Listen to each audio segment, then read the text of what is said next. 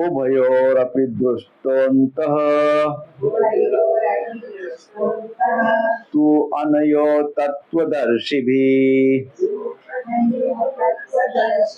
तु अनयो तत्त्वदर्शिभिः नासतो विद्यते भावो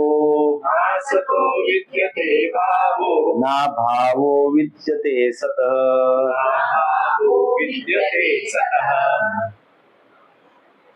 उभयोरपि दृष्टोऽन्तः तु अनयोः तत्त्वदर्शिभिः नासतो विद्यते भावो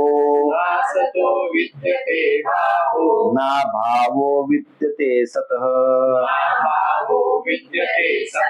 उभयोरपि दृष्टन्तः तु अनयो तत्त्वदर्शिभिः।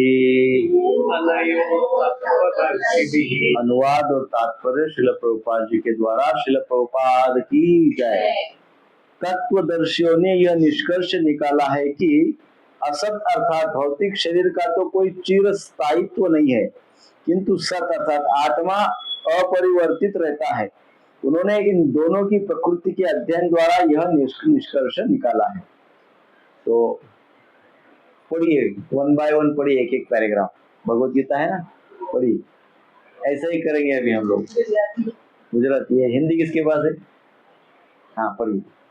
परिवर्तनशील शरीर का कोई स्थायित्व नहीं है। आधुनिक चिकित्सा विज्ञान ने भी यह स्वीकार किया है कि विभिन्न कोशिकाओं की क्रिया प्रतिक्रिया द्वारा शरीर प्रतिक्षण बदलता रहता है। इस तरह शरीर में वृद्धि तथा वृद्धावस्था आदि रहती है, किंतु शरीर तथा मन में निरंतर परिवर्तन होने पर भी आत्मा स्थायी रहता है। यदि पदार्थ तथा आत्मा का अंतर है, स्वभावतः शरीर नित्य परिवर्तनशील है और आत्मा शाश्वत है। तत्वदर्शियों ने चाहे वे निर्विशेषवादी हो या समूहवादी हो, इस निष्कर्ष की स्थापना की है। विष्णु पुराण में कहा गया है कि विष्णु तथा उनके धाम स्वयं प्रकाश से प्रकाशित हैं। सत तथा असत शब्द आत्मा तथा भौतिक पदार्थ के भी भौतिक हैं। सभी तत्वदर्शियों की यह स्थापना है। यहीं से भगवान द्वारा अज्ञान से मोहग्रस्त जीवों को उपदेश देने का शुभारंभ होता है। अज्ञान को हटाने के लिए आराधक और आराध्य के बीच पुनः शाश्वत संबंध स्थापित करना होता है और फिर अंश रूप जीवों तथा श्री भगवान के अंतर को समझना होता है। कोई भी व्यक्ति आत्मा के अध्ययन द्वारा परमेश्वर के स्वभाव को समझ सकता है। आत्मा तथा परमात्मा का अंतर अंश तथा पूर्ण के अंतर के रूप में है। वेदांत सूत्र तथा श्रीमद् भागवत में परमेश्वर को समस्त उद्भावों का मूल माना गया है। ऐसे उद्भावों का अनुभव परा तथा अपरा प्रकृति क्रमों द्वारा किया जाता है। जीव का संबंध परा प्रकृति से है, जैसा भी 7वें अध्याय से स्पष्ट होता है। यद्यपि शक्ति तथा शक्तिमान में कोई अंतर नहीं है, किंतु शक्तिमान को परम माना जाता है और शक्ति या प्रकृति को गौण। अतः सारे जीव उसी तरह परमेश्वर के सदैव अधीन रहते हैं, जिस तरह सेवक स्वामी के या शिष्य गुरु के अधीन रहता है। अज्ञान अवस्था में ऐसे स्पष्ट ज्ञान को समझ पाना असंभव है। अतः ऐसे अज्ञान को दूर करने के लिए सदा सर्वदा के लिए जीवों को प्रवृत्त करने हेतु भगवान भगवत गीता का उपदेश देते हैं। श्लोक संख्या 17। अविनाशी तु तद्विद्धि येन सर्वम् इदं ततम् विनाशम् अव्ययस्यास्य न कश्चित् कर्तुम् अर्हति। अविनाशी तु तद्विद्धि येन सर्वम् इदं ततम् विनाशम् अव्ययम् अस्य विनाशम् अव्ययस्य अव्ययम् अस्य कश्चित् कर्तुम् अर्हति कश्चित् कर्तुम् अर्हति कश्चित् कर्तुम् न कश्चित् कर्तुम् अर्हति। कश्चित् कर्तुम् अर्हति। अनुवाद और तात्पर्य श्रील प्रभुपाद जी के द्वारा। श्रील प्रभुपाद की जय। जो सारे शरीर में व्याप्त है उसे ही तुम अविनाशी समझो। उस अव्यय आत्मा को नष्ट करने में कोई भी समर्थ नहीं है। तो अभी तात्पर्य मैं ही पढ़ता हूँ क्योंकि बहुत बड़ा है। और किसी के पास है हिंदी? नहीं है ना? माता जी आप गुजराती में एक पैराग्राफ पढ़िए, फिर आप ही रुक जाइए, फिर मैं शुरू करता हूँ।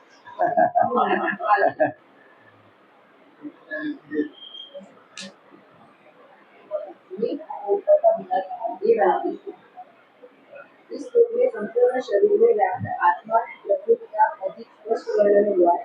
सभी लोग समझते हैं कि सारे शरीर में व्याप्त है वह चेतना है। प्रत्येक व्यक्ति को शरीर में किसी अंश या पूरे भाग में सुख का अनुभव होता है, किंतु चेतना की यह व्याप्ति किसी के शरीर तक ही सीमित रहती है। एक शरीर के सुख तथा दुख का बोध दूसरे शरीर को नहीं हो पाता।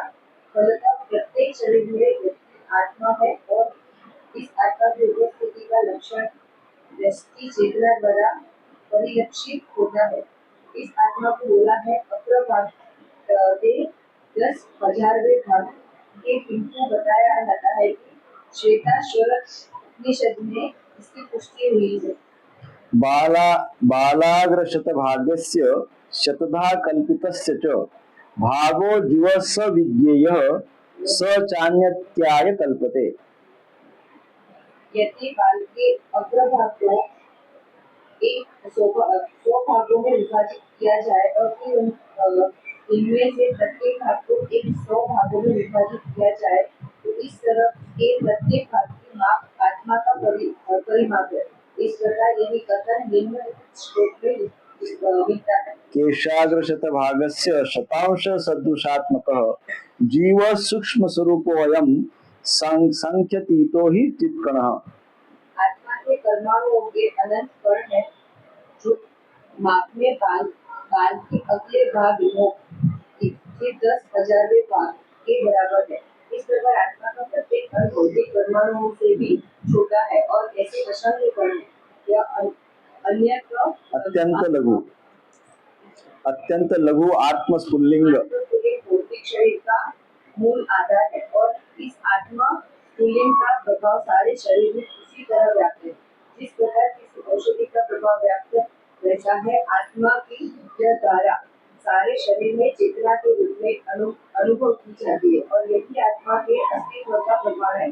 सामान्य से सामान्य व्यक्ति भी समझ सकता है कि यह भौतिक शरीर चेतना रहित होने पर मृत हो जाता है और शरीर में इस चेतना को किसी भी भौतिक उपचार से वापस नहीं लाया जा सकता। अतः यह चेतना भौतिक संयोग से फलस्वरूप नहीं है, अपितु आत्मा के कारण है।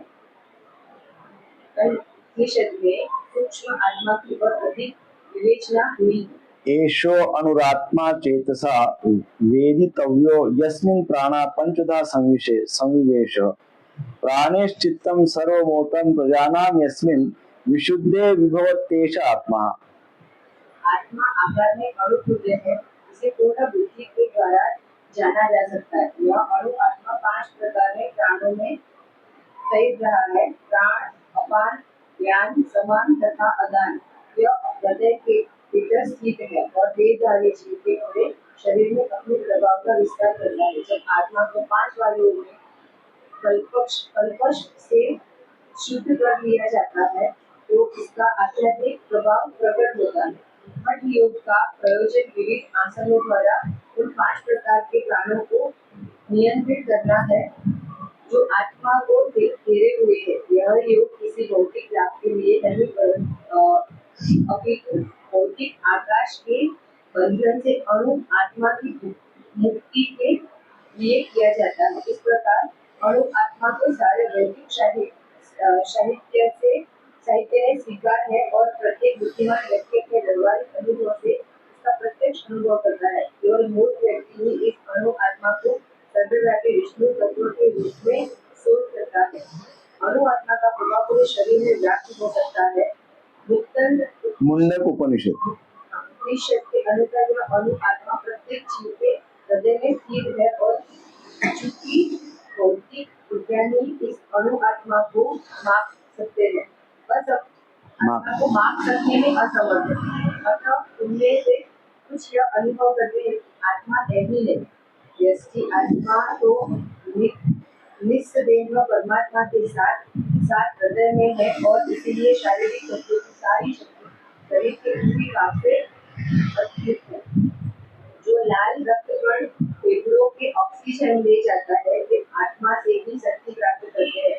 अगर जब आत्मा इस स्थान से निकल जाता है तो रक्त का वादक संलयन बंद हो जाता है और शरीर विज्ञान लाल रक्त कणों की महत्ता को तो स्वीकार करता है, परंतु यह बहुत निश्चित नहीं कर पाता कि शक्ति का स्रोत आत्मा है। जो भी है औषधि विज्ञान यह स्वीकार करता है कि शरीर की सारी शक्ति का उत्तम स्तर हृदय है। मूल आत्मा के लिए अणुकणों की तुलना सूर्य प्रकाश के कणों से ही की जाती है। इस सूर्य प्रकाश में असंख्य तेजोमय अणु होते हैं। इसी प्रकार परमेश्वर के अंश की किरणों में परमाणु स्फुलिंग है और प्रभा या पराशक्ति कहलाते हैं। अतः चाहे कोई वैदिक ज्ञान का अनुगामी हो या आधुनिक विज्ञान का, यह शरीर में आत्मा के अस्तित्व को नकार नहीं सकता। भगवान ने स्वयं भगवद गीता में आत्मा के इस विज्ञान का विशद वर्णन किया है। Thank you. ओम अज्ञानतिमिरान्धस्य ज्ञानाञ्जनशलाकया चक्षुरुन्मिलितं येन तस्मै श्रीगुरुवे नमः। श्रीचैतन्यमनोभीष्टं स्थापितं येन भूतले स्वयं रूप कदा मह्यं ददाति स्वपदान्तिकं। वन्देऽहं श्रीगुरु श्रीयुतपदकमलं श्रीगुरोन् वैष्णवांश्च। श्रीरूपं साग्रजातं सहगण रघुनाथान्वितं तं सजीवं साद्वैतं सावधूतं परिजनसहितं कृष्ण चैतन्य देवं श्रीराधा कृष्ण पादान् सहगण ललिता श्रीविशाखान्वितंश्च। हे कृष्ण करुणा सिंधु दीनबंधु जगत्पते गोपेश गोपिका कांत राधा कांत नमोस्तुते। तप्त कांचन गौरांगी श्री राधे वृंदावनेश्वरी वृषभानुसुते देवी प्रणमामि हरिप्रिये। वाञ्छाकल्पतरुभ्यश्च कृपा सिन्धुभ्येव च पतितानां पावनेभ्यो वैष्णवेभ्यो नमो नमः। जय श्री कृष्ण चैतन्य प्रभु नित्यानंद श्री अद्वैत गदाधर शिवासादि गौर भक्तवृंद। हरे कृष्ण कृष्ण कृष्ण हरे हरे, हरे राम राम राम हरे हरे।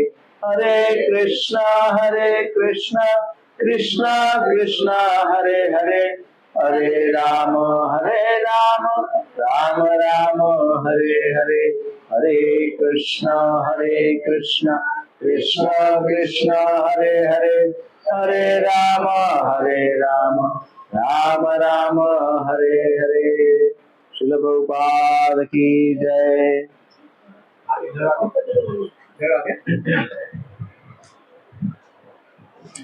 ना सतो विद्यते भावो ना भावो विद्यते सतः उभयोर अपि दृष्टो अंतस्त्व अनयोर तत्वदर्शिभिः।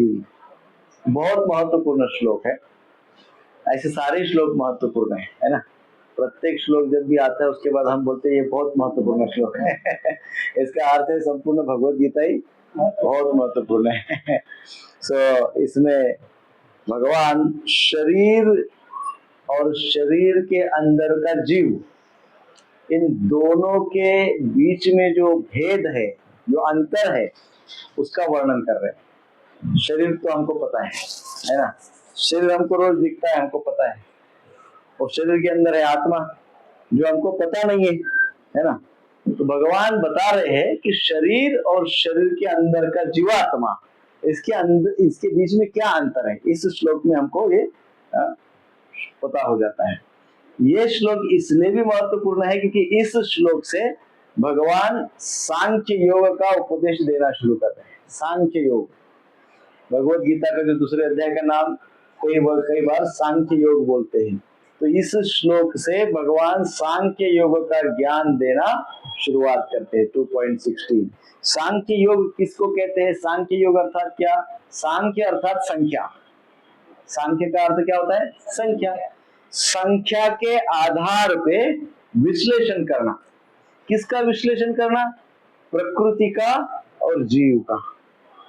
प्रकृति, जीव और भगवान, तीनों का विश्लेषण करना और ये समझना कि तीनों के बीच में क्या संबंध है, उसको कहते हैं सांख्य योग।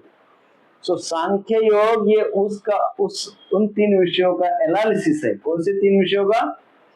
प्रकृति अर्थात सारा है सब जो कि सराउंडिंग है, सब कुछ, ये हमारा शरीर प्रकृति। दूसरा जीव। तीसरा दोनों को बनाने वाला भगवान, the creator, the creation, the creator and जीव। द क्रिएशन क्या है? जो है सब कुछ प्रकृति है। द क्रिएटर कौन है? भगवान है। और तीसरा है हमारा जीवात्मा। ये तीनों का विश्लेषण अर्थात एनालिसिस है बेस्ड ऑन संख्या। संख्या के आधार पे, संख्या के आधार पे तीनों का विश्लेषण इस श्लोक में है, सॉरी इस अध्याय में है। तो इस अध्याय की इस सांख्य योग का शुरुआत भगवान इस श्लोक से कर रहे हैं। सो भगवान संक्षेप में क्या बोलना चाह रहे हैं?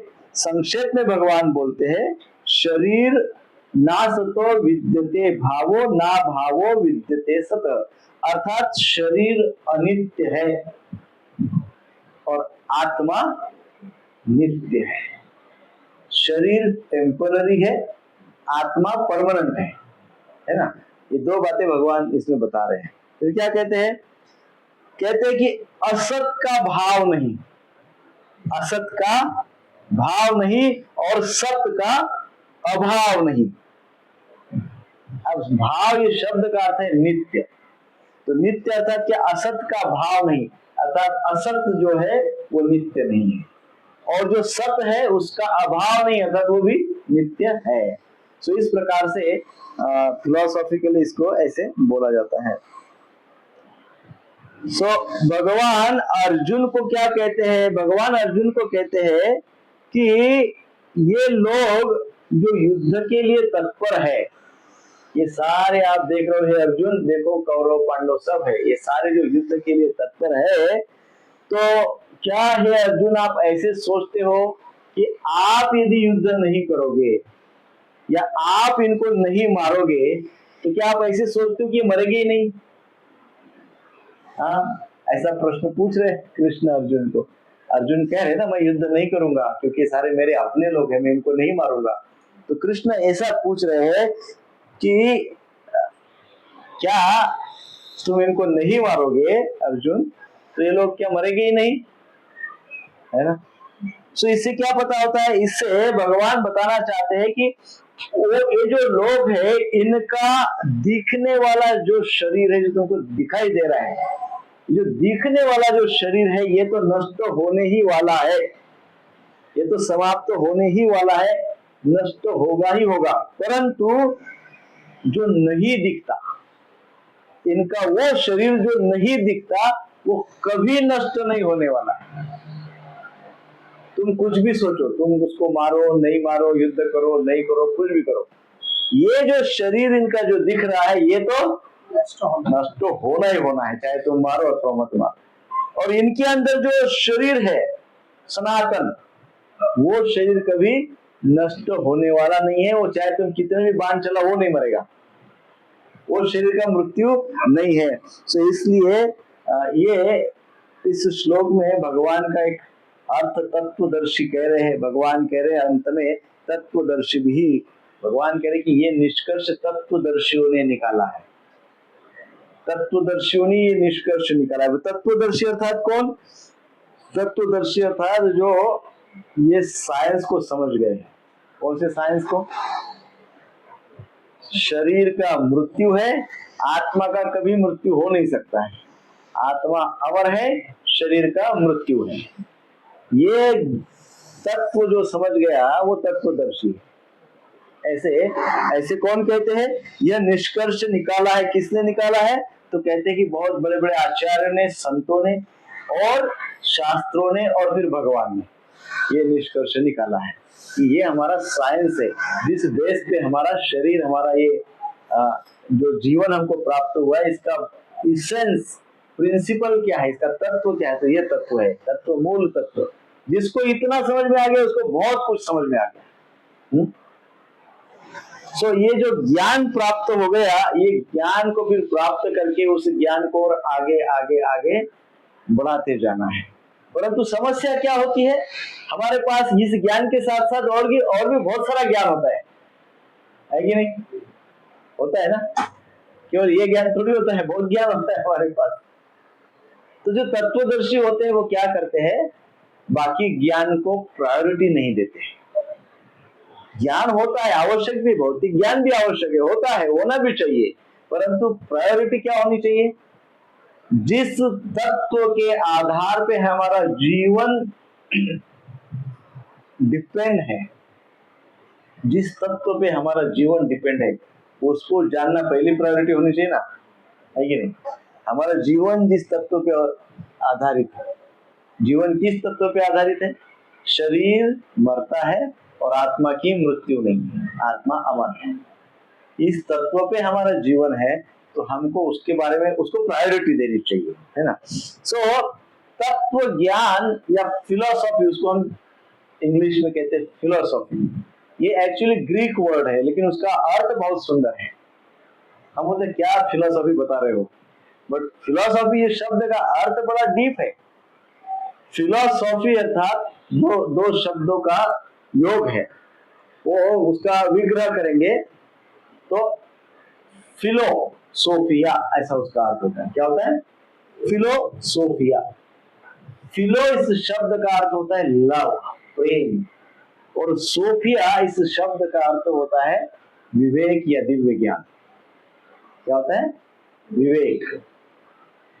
या उसको कहते हैं डिवाइन नॉलेज।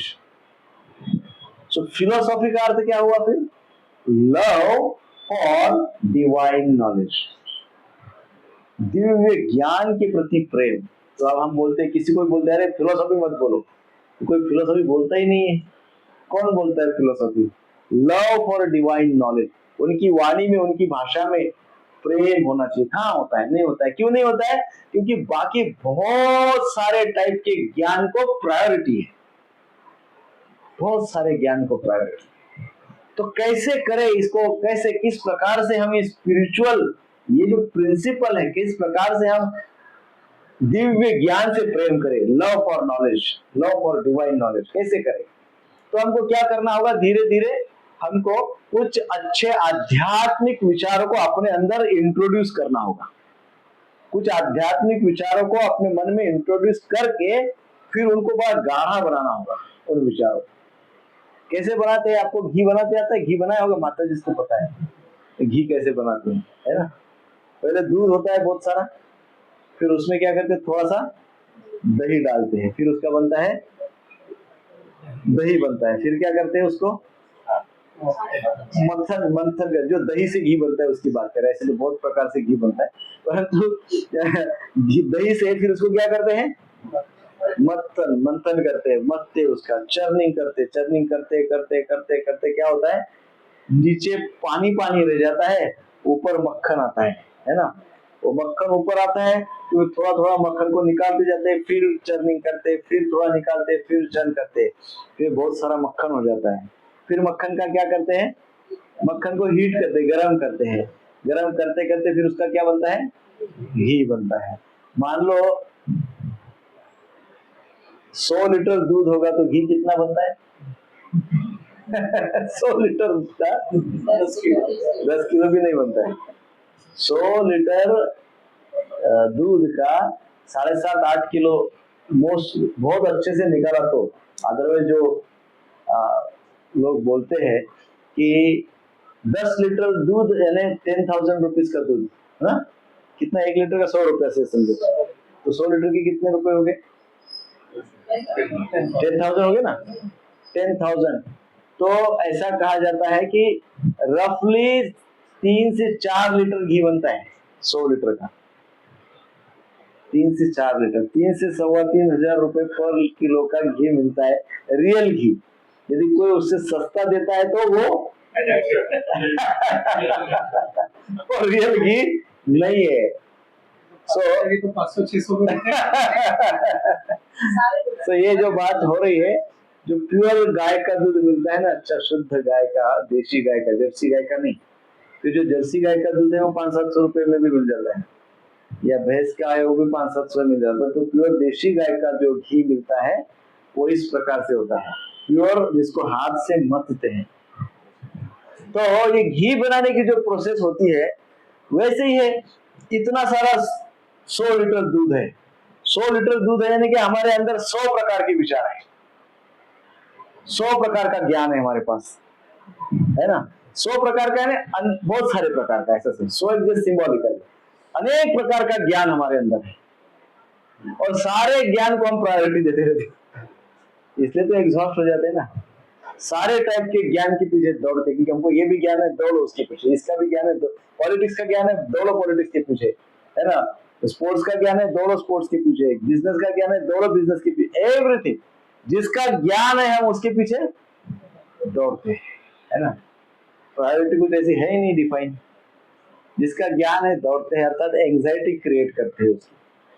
तो करना क्या चाहिए, घी के जैसा, वो दूध में इतना सा 10 लीटर 100 लीटर दूध में दही बनाने के लिए कितना दही डालते हैं, क्या बोलते हैं उसको, मोहन, क्या मोहन बोलते हैं, जो भी बोलते हैं, कितना डालना चाहिए उसमें, हाँ 100 लीटर दूध में इतना थोड़ा सा, हाँ थोड़ा सा, आधा किलो दही भी मेरे ख्याल से बहुत हो जाएगा, उतना दही आप उसको डाल दो 100 लीटर दूध में बस, और फिर छोड़ दो उसको, तो दही बन जाता है। क्या किया आपने, कितना डाला, ओनली इतना सा, आधा लीटर दही डाल दिया, इतना सारा दूध था, धीरे धीरे उतना सारा दूध दही बन गया।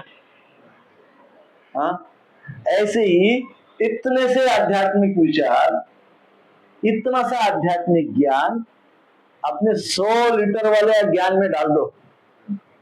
100 लीटर वाला ज्ञान मतलब असंख्य ज्ञान जो अपने पास अनलिमिटेड है, उसमें क्या करो, इतना सा ही आध्यात्मिक ज्ञान डाल, इतना सा, बहुत ज्यादा नहीं, इतना सा आध्यात्मिक ज्ञान डाल। अब देखो, जो आध्यात्मिक ज्ञान आपने अंदर डाल दिया, वो दूसरे ज्ञान के साथ क्या कर रहा है, दूसरे ज्ञान के साथ उसका एक्शन हो रहा है अंदर, है कि नहीं। केमिकल रिएक्शन होती है ना, केमिकल रिएक्शन होती है। तो ऐसे ही वो इतना सा ज्ञान 100 लीटर वाले असंख्य विचारों के साथ क्या करता है, असंख्य ज्ञान के साथ रिएक्शन, एक्शन रिएक्शन होते होते होते होते होते होते वो क्या करता है, वो पूरे सारे 100 के 100 विचारों को क्या कर देता है, दही बना देता है, अर्थात क्या कर देता है, आध्यात्मिक बना देता है ना, दही बन जाता है ना, दही बन जाता है, अर्थात तो पूरा का पूरा क्या हो जाता है, उसका कॉन्शियसनेस आध्यात्मिक हो जाता है। अब आध्यात्मिक तो हो गया कॉन्शियसनेस, अब क्या करेंगे, चर्निंग करते, अब उसको चर्न चर्न चर्न चर्न, दही को फुल चर्निंग करते करते करते करते करते करते, फिर ऊपर मक्खन नीचे छाछ, ऐसा होता है ना, ऊपर मक्खन आता है, नीचे रहता है छाछ। तो ऊपर जो मक्खन आता है वो फर्स्ट प्रायोरिटी होता है ना, उसको निकालते हैं ना हम लोग। नीचे जो छाछ रहता है वो second third fourth priority, what ever, आगे की तरफ। फर्स्ट प्रायोरिटी किसको है, मक्खन को, है ना, मक्खन निकालते हैं। तो ऐसे ही जब हम चर्न करते करते करते करते करते करते एक स्पिरिचुअल अंडरस्टैंडिंग आ जाती है, आध्यात्मिक विचारों का चर्निंग करते जाते हैं, आध्यात्मिक तत्वों का हम चर्निंग करते जाते हैं अपने विचारों के साथ। तो क्या हो जाता है फिर, एक एकदम refined spiritual thoughts, refined spiritual awareness ऊपर आ जाती है, अर्थात वो रिफाइंड स्पिरिचुअल अवेयरनेस दिखती है हमको, हम अवेयर हो गए, भी हमको दिखने लगता है, हम अवेयर हो गए। अब यहाँ पे हमारा एक डिसीजन होना चाहिए, क्या, इसको प्रायोरिटी दो, वहीं पे गलती हो जाती है।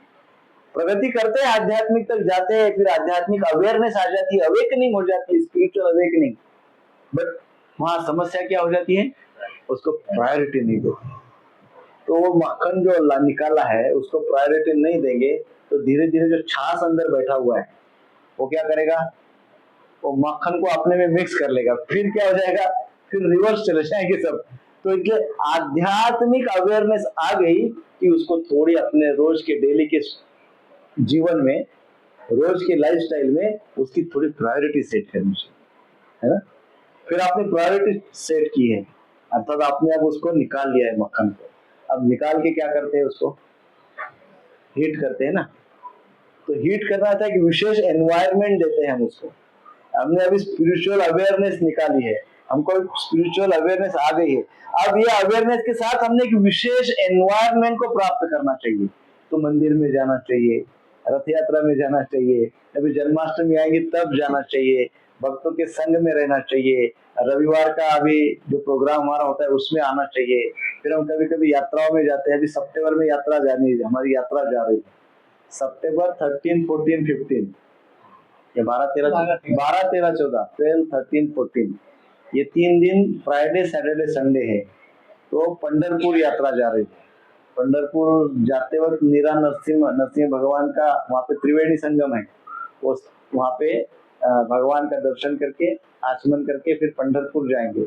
फिर पंढरपुर में एक दिन पूरा रहेंगे नेक्स्ट डे, और संडे सुबह वहां से रिटर्न करेंगे, शाम तक हम मुंबई पहुंचेंगे। तो इससे ये किस लिए किया जाता है कि हमारी जो स्पिरिचुअल अवेकनिंग है, जो अवेयरनेस है, इसको एक विशेष एनवायरनमेंट देने के लिए, ताकि वो और नेक्स्ट लेवल की बन जाए।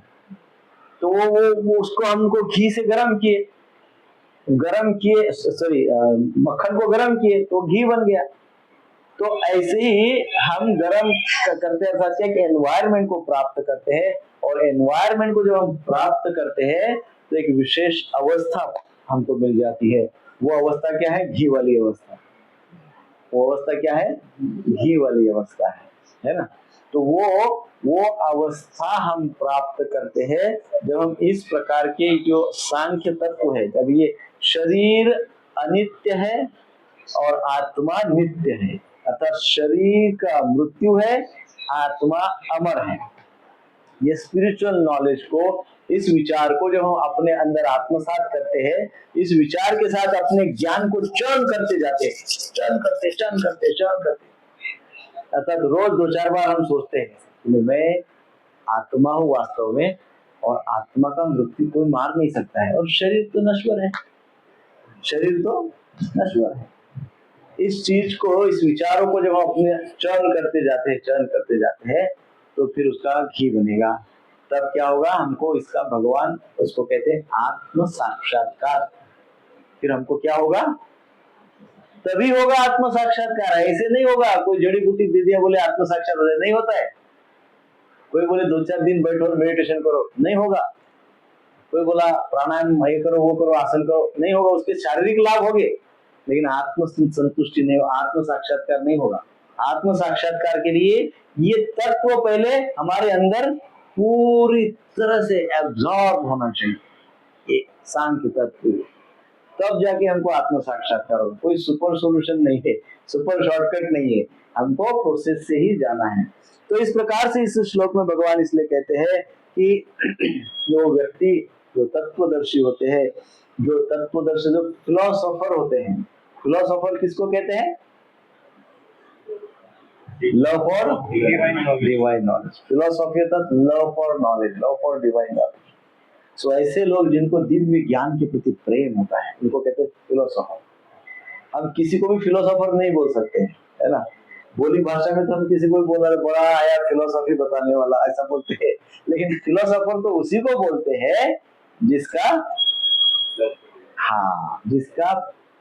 दिव्य ज्ञान के प्रति प्रेम है। सो इस प्रकार से मनुष्य शरीर जो है उसका भले ही वो अनित्य है, भले ही उसका मृत्यु है, वो समाप्त होता है, नष्ट होता है, परंतु उसका महात्म्य बहुत है, उसका इंपॉर्टेंस बहुत है, शरीर का इंपॉर्टेंस बहुत है। भले ही समाप्त होने वाला हो, नष्ट होने वाला होने दो, बट इट्स वेरी इंपॉर्टेंट। क्यों शरीर बहुत इंपॉर्टेंट है? क्योंकि मनुष्य शरीर के ही, ये मनुष्य शरीर एक ऐसा हमारे पास संसाधन उपलब्ध है जिसके द्वारा हम भगवान को प्राप्त कर सकते हैं, इसलिए इसकी बहुत वैल्यू है। बाकी कोई भी शरीर के साथ हम भगवान को प्राप्त ही नहीं कर सकते हैं। ये शरीर की स्पेशलिटी ये है कि हम भगवान से कनेक्ट हो सकते। जो क्रिएटर है, द क्रिएटर, जिसने क्रिएट किया है, उस क्रिएटर के साथ हम कनेक्ट हो सकते हैं इसी शरीर में, है ना। इसलिए ये शरीर बहुत मौल्यवान है। लोग बोलते हैं कि मनुष्य शरीर बहुत मौल्यवान है इसलिए क्योंकि वो बहुत बुद्धिमान है। नहीं नहीं नहीं, बुद्धिमान तो मनुष्य से भी, दूसरे प्राणी भी बहुत बुद्धिमान है। वो चिंपांजी, मंकी मनुष्य के जैसे ही बुद्धिमान है ना। अरे कितने हैं, कुत्ता भी हमसे ज्यादा, उसका श्वसन क्या श्वान बोलते हैं उसको, श्वान की बोलते हैं, उसका स्मेल पावर देखो, हमको पता ही नहीं चलता है ना, इसलिए जो श्वान बोलते हैं, है? ऐसे कितने प्राणी हैं जो हमसे कितने बुद्धिमान हैं, परंतु उसकी कोई तुलना नहीं है। महत्वपूर्ण बात क्या है, इस मनुष्य शरीर के द्वारा हम क्या कर सकते हैं, हायर पावर के साथ, स्पिरिचुअल पावर के साथ, द क्रिएटर, जो निर्माता है, निर्माण करने वाले जो भगवान है, उनके साथ कनेक्ट हो सकते हैं। That's why it is valuable. और यदि हम कनेक्ट नहीं हो रहे हैं समझो, तो फिर मनुष्य शरीर का कोई वैल्यू ही नहीं रखते हम, देयर इज नो वैल्यू। फिर क्या वैल्यू है? फिर तो एनिमल की भी वही वैल्यू, मनुष्य की भी वही वैल्यू। सो इसलिए मनुष्य शरीर का इतना महत्व है। मनुष्य शरीर को समझाते वक्त भगवान सांख्य समझाते हैं, आत्मा शरीर। तो सांख्य क्या है? सांख्य योग में विशेषकर 24 तत्वों की चर्चा होती है। 24 एलिमेंट्स, 24 तत्वों की चर्चा होती है। इस 24 तत्व कौन से हैं? तो सबसे पहले तो 5 पंच महाभूत। 5 महाभूत जानते हैं ना, पृथ्वी, जल, अग्नि, वायु और आकाश। ये 5 पंच महाभूत, ये पंच महाभूत की चर्चा है। दूसरा क्या है? 5 ज्ञानेंद्रिय है। 5 ज्ञानेंद्रिय कौन सी है? कान, त्वचा, नेत्र, जीभ और नाक। ये ज्ञान इंद्रिय है ना। सुनने के लिए कान है, त्वचा है स्पर्श का, नेत्र है देखने का, जीभ स्वाद का, नाक श्वास का, सुगंध गंध सुगंध का। तो इस प्रकार से ये 5 ज्ञानेंद्रिय है और 5 कर्मेंद्रिय जिससे हम कर्म करते हैं। सो कितने हो गए? 5 पंच महाभूत हो गए, 5 ज्ञानेंद्रिय हो गए, 5 कर्मेंद्रिय हो गए, और फिर ये 5 तन्मात्रा बोलते हैं उसको। 5 विषय वस्तु बोली इनके, या तन्मात्रा बोलते हैं। 5 तन्मात्रा कौन से? शब्द, शब्द अर्थात जीभ से हम जो बोलते हैं शब्द। स्पर्श, स्पर्श अर्थात त्वचा से जो होता है स्पर्श। रूप अर्थात आंख से जो देखते हो रूप। फिर क्या कहा है? रस, जो जीवा से हम टेस्ट करते हैं। और फिर कहा गया गंध, जो नाक से करते हैं। तो ये जो 5 विषय है इनको तन्मात्रा कहते हैं। तो क्या हो गया? अब कितने हो गए? 5 पंचमहाभूत, दूसरे 5 ज्ञानेंद्रिय, तीसरे 5 कर्मेंद्रिय, फिर चौथे 5 तन्मात्रा। तन्मात्रा कौन से है ये पता होना चाहिए। तन्मात्रा कौन से है?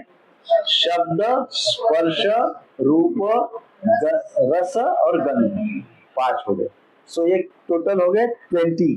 फिर मन, बुद्धि और अहंकार कितने हो गए? 23। और जीवात्मा 24। कितने हो गए? 24 हो गए। तो 24 तत्वों की चर्चा सांख्य योग में की गई है। देखो सांख्य योग बोला गया है। योग का अर्थ क्या होता है? जोड़ना या जुड़ना। युज अर्थात जोड़ना या जुड़ना। किससे जुड़ना? भगवान से जुड़ना। सांख्य योग अर्थात ये जो 24 विषय है, 24 घटकों का जो चर्चा हम करेंगे, वो चर्चा का भाव क्या होगा? योग। योग अर्थात जुड़ना, किससे? भगवान से। तो ये 24 तत्वों की चर्चा होगी ही इसलिए कि इससे क्या होगा? हम भगवान से जुड़ जाए। इसलिए इसको क्या कहा गया? सांख्य योग। फिर भक्ति योग। योग क्यों कहते हैं? योग का अर्थ है जुड़ना, भगवान से जुड़ना। सो भक्ति योग अर्थात ऐसी भक्ति जो भगवान से जोड़ती है, ज्ञान योग अर्थात ऐसा ज्ञान जो भगवान से जोड़ता है, कर्म योग ऐसा कर्म जो भगवान से जोड़ता है, ध्यान योग ऐसा ध्यान जो भगवान से जोड़ता है। ध्यान कर रहे हैं उसमें भगवान ही नहीं है तो फिर वो ध्यान योग नहीं है, वो केवल ध्यान है। तो क्या है? केवल ध्यान। कर्म कर रहे हैं उसमें भगवान ही नहीं है तो क्या है? केवल कर्म है, कर्म योग नहीं है। ज्ञान बहुत है लेकिन उसमें भगवान ही नहीं है तो वो क्या है? ओनली ज्ञान, इंफॉर्मेशन, उसमें भगवान नहीं है। सो इसलिए क्या कहते हैं, हमको क्या करना है? हमको कर्म नहीं करना है, हमको क्या करना है? कर्म योग। हमको ज्ञान प्राप्त नहीं करना, हमको क्या है? ज्ञान योग की प्राप्ति करना है। इस प्रकार से तो यहाँ पे सांख्य योग बताया गया है। ये जो संख्या है, संख्या का विश्लेषण करके भगवान से कनेक्ट होना है ना? इस प्रकार से इस श्लोक में बताया गया है 2.16। अब हम 2.17 देखेंगे, दूसरे अध्याय का 17वां श्लोक। अविनाशी तु तद्विद्धि येन सर्वम इदं ततं विनाशम अव्ययस्यास्य न कश्चित कर्तुम अर्हति। अर्थात जो सारे शरीर में व्याप्त है उसे ही तुम अविनाशी समझो। हे अर्जुन, ये देखो मैंने तुमको 2400 घटक बता दिए हैं, 2400 जो तत्व है वो बता दिए हैं, लेकिन अब हे अर्जुन तुमको क्या करना है? हे अर्जुन, तुम्हें उस तत्व का ध्यान रखना है जो अविनाशी है, उस तत्व के प्रति अवेयर होना है जो अविनाशी है। वो केवल अविनाशी नहीं, वो क्या है? सारे शरीर में व्याप्त है। उस अव्यय आत्मा को नष्ट करने, उस अव्यय आत्मा को नष्ट करने में कोई भी समर्थ नहीं है। अर्थात उस अव्यय आत्मा को कोई भी नष्ट नहीं कर सकता, कोई नहीं कर सकता है आत्मा को नष्ट, ऐसे बोल रहे। और इसलिए तुम उस आत्मा को अविनाशी समझो। तुम्हारे मारने से ये लोग मरने वाले नहीं है, आत्मा अविनाशी है। तो ये इस श्लोक में भगवान कहते हैं ये जो आत्मा है ये सारे शरीर में व्याप्त है। यदि हमसे पूछा जाए ये प्रश्न, आत्मा कहाँ है? कहाँ है आत्मा? शरीर में कहाँ है? कहाँ रहता है शरीर में आत्मा? हृदय में, हृदय में, ब्रह्मरंध्र में। अच्छा, और अभी अच्छा हृदय में जहाँ जहाँ चेतना है वहाँ, चेतना तो आत्मा से आती है ना, वही जहाँ चेतना है वहाँ आत्मा है। अच्छा, तो आपका उत्तर थोड़ा बहुत ठीक है। आत्मा यदि हृदय में रहता है तो कई बार हृदय का ट्रांसप्लांट करते हैं ना, क्या पेसमेकर पेसमेकर डालते हैं ना, पेसमेकर। फिर आत्मा क्या वो थोड़ी देर के लिए बाहर निकल जाता है क्या? आत्मा को बाहर कर देंगे तो फिर वो अंदर नहीं जाएगा। वो बोला बहुत परेशान हो गया वो इस शरीर में, अच्छा हो गया बाहर निकल गया, अभी इसे नहीं जाना है। अभी कोई नया शरीर चाहिए, हाँ है ना। तो हृदय ट्रांसप्लांट करते हैं तो फिर उस अवस्था में क्या होता है? हाँ? हर सेल में है, हर सेल में है, माइन्यूट सेल में आत्मा है ना। सो यहाँ पे कहा गया है कि ये देखिए जो सारे शरीर में व्याप्त है, आत्मा का कई शास्त्रों में वर्णन है कि हृदय देशे, ऐसा वर्णन, हृदय नहीं कहा गया, हृदय देशे, कि हृदय के देश में अर्थात हृदय के आसपास, हृदय के रीजन में, हृदय के आसपास ये आत्मा कई बार जाता है, कई मोस्ट ऑफ द टाइम ये आत्मा हृदय देश में रहता है। परंतु ये आत्मा स्वच्छंद है, बड़ा शरीर में एंजॉय करता है। एक जगह नहीं रुकता है, फ्लोट होता है, फ्लोट। आत्मा क्या करता है? फ्लोट होता है, पूरे शरीर में घूमते रहता है, आत्मा पूरे शरीर में घूमते रहता है। So but most of the time हृदय देश में रहता है, हृदय में नहीं, हृदय में नहीं, in the region of heart. Heart, हृदय के क्षेत्र में आत्मा प्राय कई बार रहता है, परंतु स्वभाव कैसा है? फ्लोटिंग, वो पूरे शरीर में बहते रहता है। और आत्मा से जो प्रकाश उत्पन्न होता है उसको हम कहते हैं चेतना। कॉन्शियसनेस जो है वो जो आत्मा का प्रकाश है, आत्मा से जो उत्पन्न होता है वो हमारी, वो कॉन्शियसनेस है। जैसे ये लाइट है, ये आत्मा है, वो जो बल्ब है वो आत्मा है। अब वो जो प्रकाश निकल रहा है उसका, ये पूरे रूम में फैला हुआ है ना, ये पूरे रूम में फैला हुआ है, ये चेतना है। ऐसे आत्मा हमारे अंदर भीतर है, एक जगह कहीं पे फ्लोट हो रहा है, कहीं पे एक जगह पे है, परंतु उसकी जो चेतना है वो पूरे शरीर में व्याप्त है ना, पूरे शरीर में व्याप्त है। और वो चेतना कैसे होती है? शुद्ध होती है। चेतना कैसे होती है? क्योंकि आत्मा कौन है? आत्मा, भगवान कहते हैं ममे वंशो जीव लोके जीव भूत सनातन, ममे अंशो, भगवान बोलते हैं ये आत्मा मेरा अंश है। अर्थात आत्मा क्या है? भगवान का एक पार्ट है, भगवान का अंश है ना, डिवाइन स्पार्क बोलते हैं, वो भगवान का अंश है। तो वो हृदय में स्थित है, भगवान का अंश है, इसलिए वो चिन्मय है, चित्कण, उसको चित्कण बोलते हैं। चित्कण अर्थात ब्राइट, एकदम ब्राइट। तो वो इस प्रकार का शुद्ध प्रकाश देता है, अर्थात उसकी मूलतः चेतना एकदम प्योर होती है। इनिशियली, शुरुआत के स्टेज में आत्मा की चेतना कैसे होती है? शुद्ध होती है, बहुत शुद्ध होती है ना, प्योर कॉन्शियसनेस जिसको बोलते हैं। लेकिन अब ये बल्ब के ऊपर आपने लाल पेपर चिपका दिया, कैसा कलर आएगा? लाल कलर आएगा। किसी ने येलो चिपका दिया तो उसको येलो कलर, किसी ने कोई ब्लू कर दिया तो उसको ब्लू कलर आ जाएगा, है ना। तो ये जो आत्मा है मूलतः, इसकी जो चेतना है वो शुद्ध है, ब्राइट है, शुभ्र है, परंतु हमने क्या कर दिया? मन रूपी पेपर को उसके ऊपर चिपका दिया। किसको चिपका दिया? मन रूपी पेपर को। मन क्या है? मन चंचल है। मन किससे बना हुआ है? विचारों से। मन कुछ है ही नहीं एक्चुअली। मन is a bundle of thoughts, mind is a bundle of thoughts, बाकी कुछ भी नहीं। आप कभी मन को ढूंढने जाएंगे पूरे शरीर में, कोई स्कैनर वगैरह से दिखेगा ही नहीं, किसी को नहीं दिखा अभी तक मन, है ना प्रभु जी? किसी को नहीं दिखा मन, अभी दिखता ही नहीं। वो क्यों नहीं दिखता? वो है क्या? वो केवल क्या है? विचारों का बहुत बड़ा बंडल है, असंख्य विचारों का बंडल। अब इतने वैरायटी के विचार है, कोई लाल रंग का, कोई हरे रंग का, कोई पीले रंग का, कोई कौन से रंग का, वैरायटी ऑफ विचार, इतने सारे विचार। अब ये विचार के संपर्क में जब आत्मा आ जाता है, शुद्ध शुभ्र प्रकाश, तो इसके संपर्क में आने के कारण इसका रंग उठा लेता है, उसका रंग पकड़ लेता है, और फिर वैसे ही रंग रिफ्लेक्ट करता है।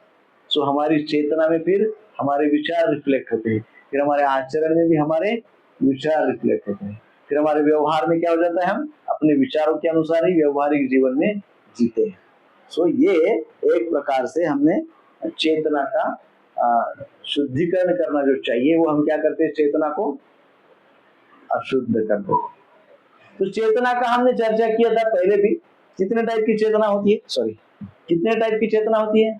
हमने पूर्व में देखा लास्ट शनिवार को, है ना, कवर्ड कॉन्शियसनेस, है ना, आच्छादित चेतना, कवर्ड कॉन्शियसनेस। फिर हमने दूसरा कौन सा देखा था? संकुचित चेतना।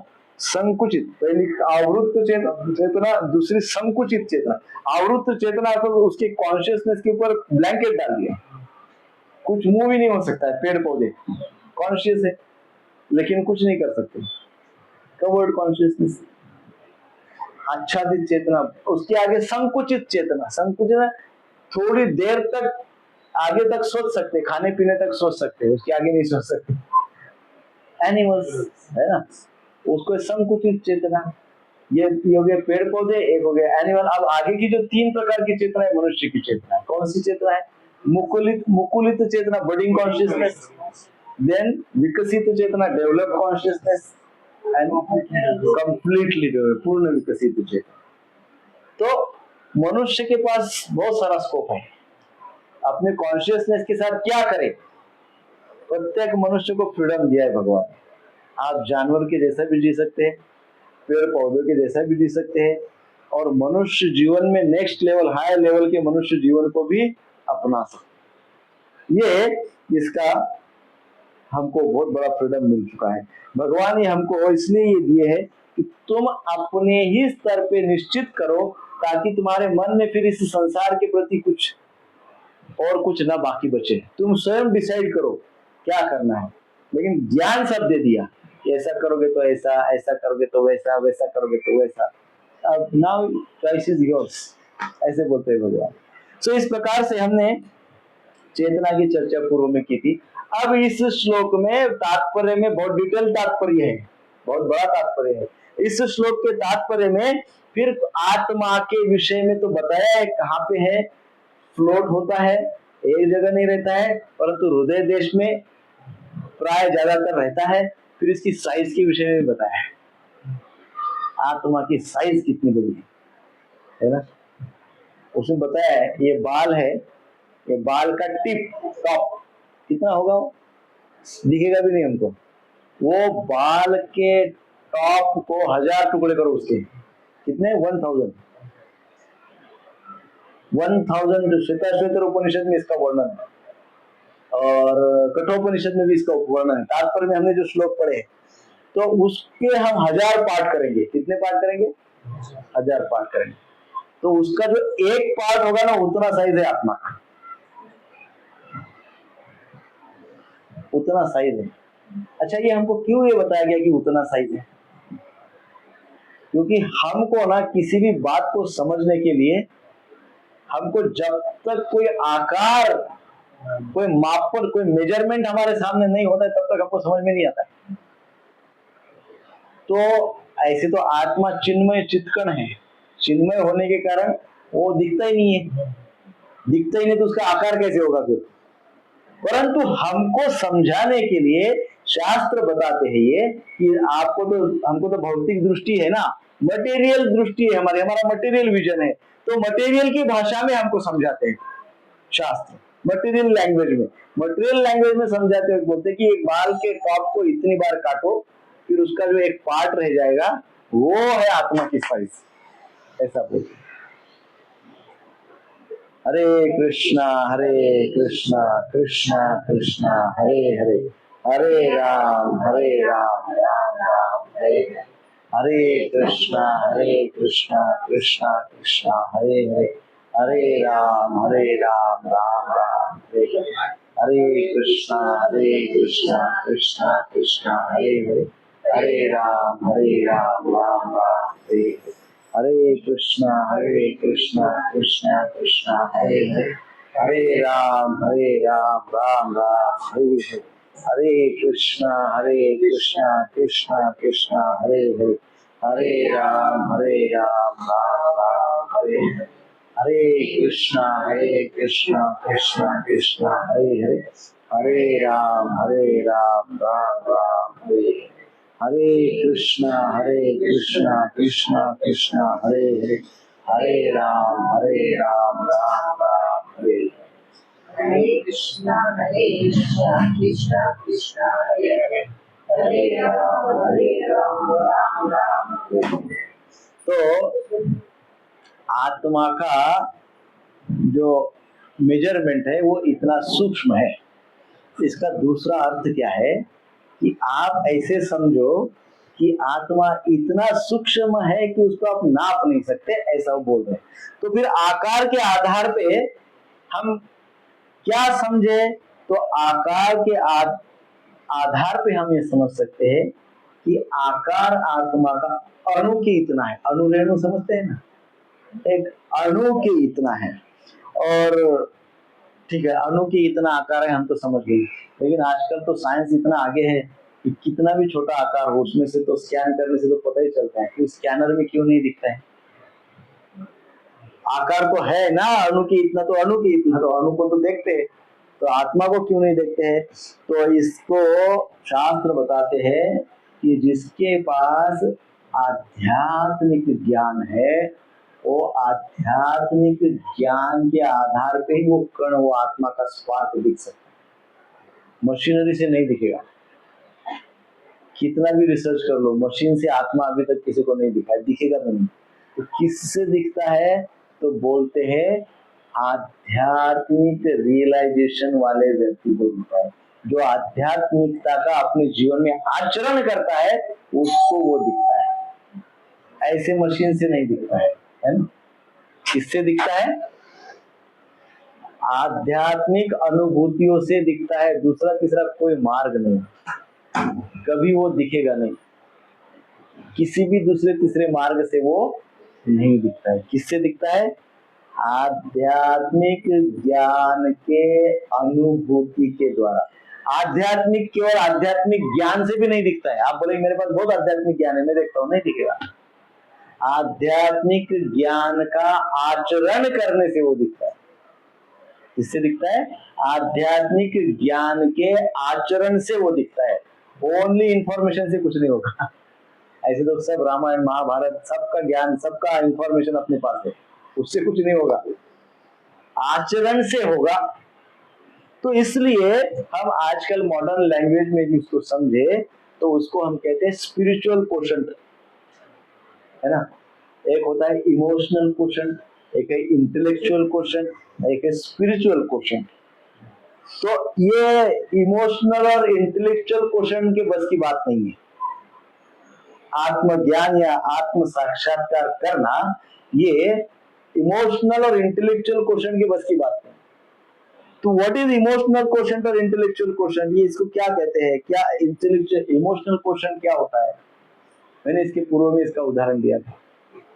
इमोशनल क्वोशंट में व्यक्ति जस्ट सोचता है कुछ करने, जैसे अभी मैंने ये दीवार देख ली, समझो बहुत ऊंची दीवार, तो मेरा जो इमोशनल क्वोशंट यदि बहुत एक्टिव होगा तो मैं क्या सोचता हूँ पता है, ये दीवार को मुझे लांघना है बस।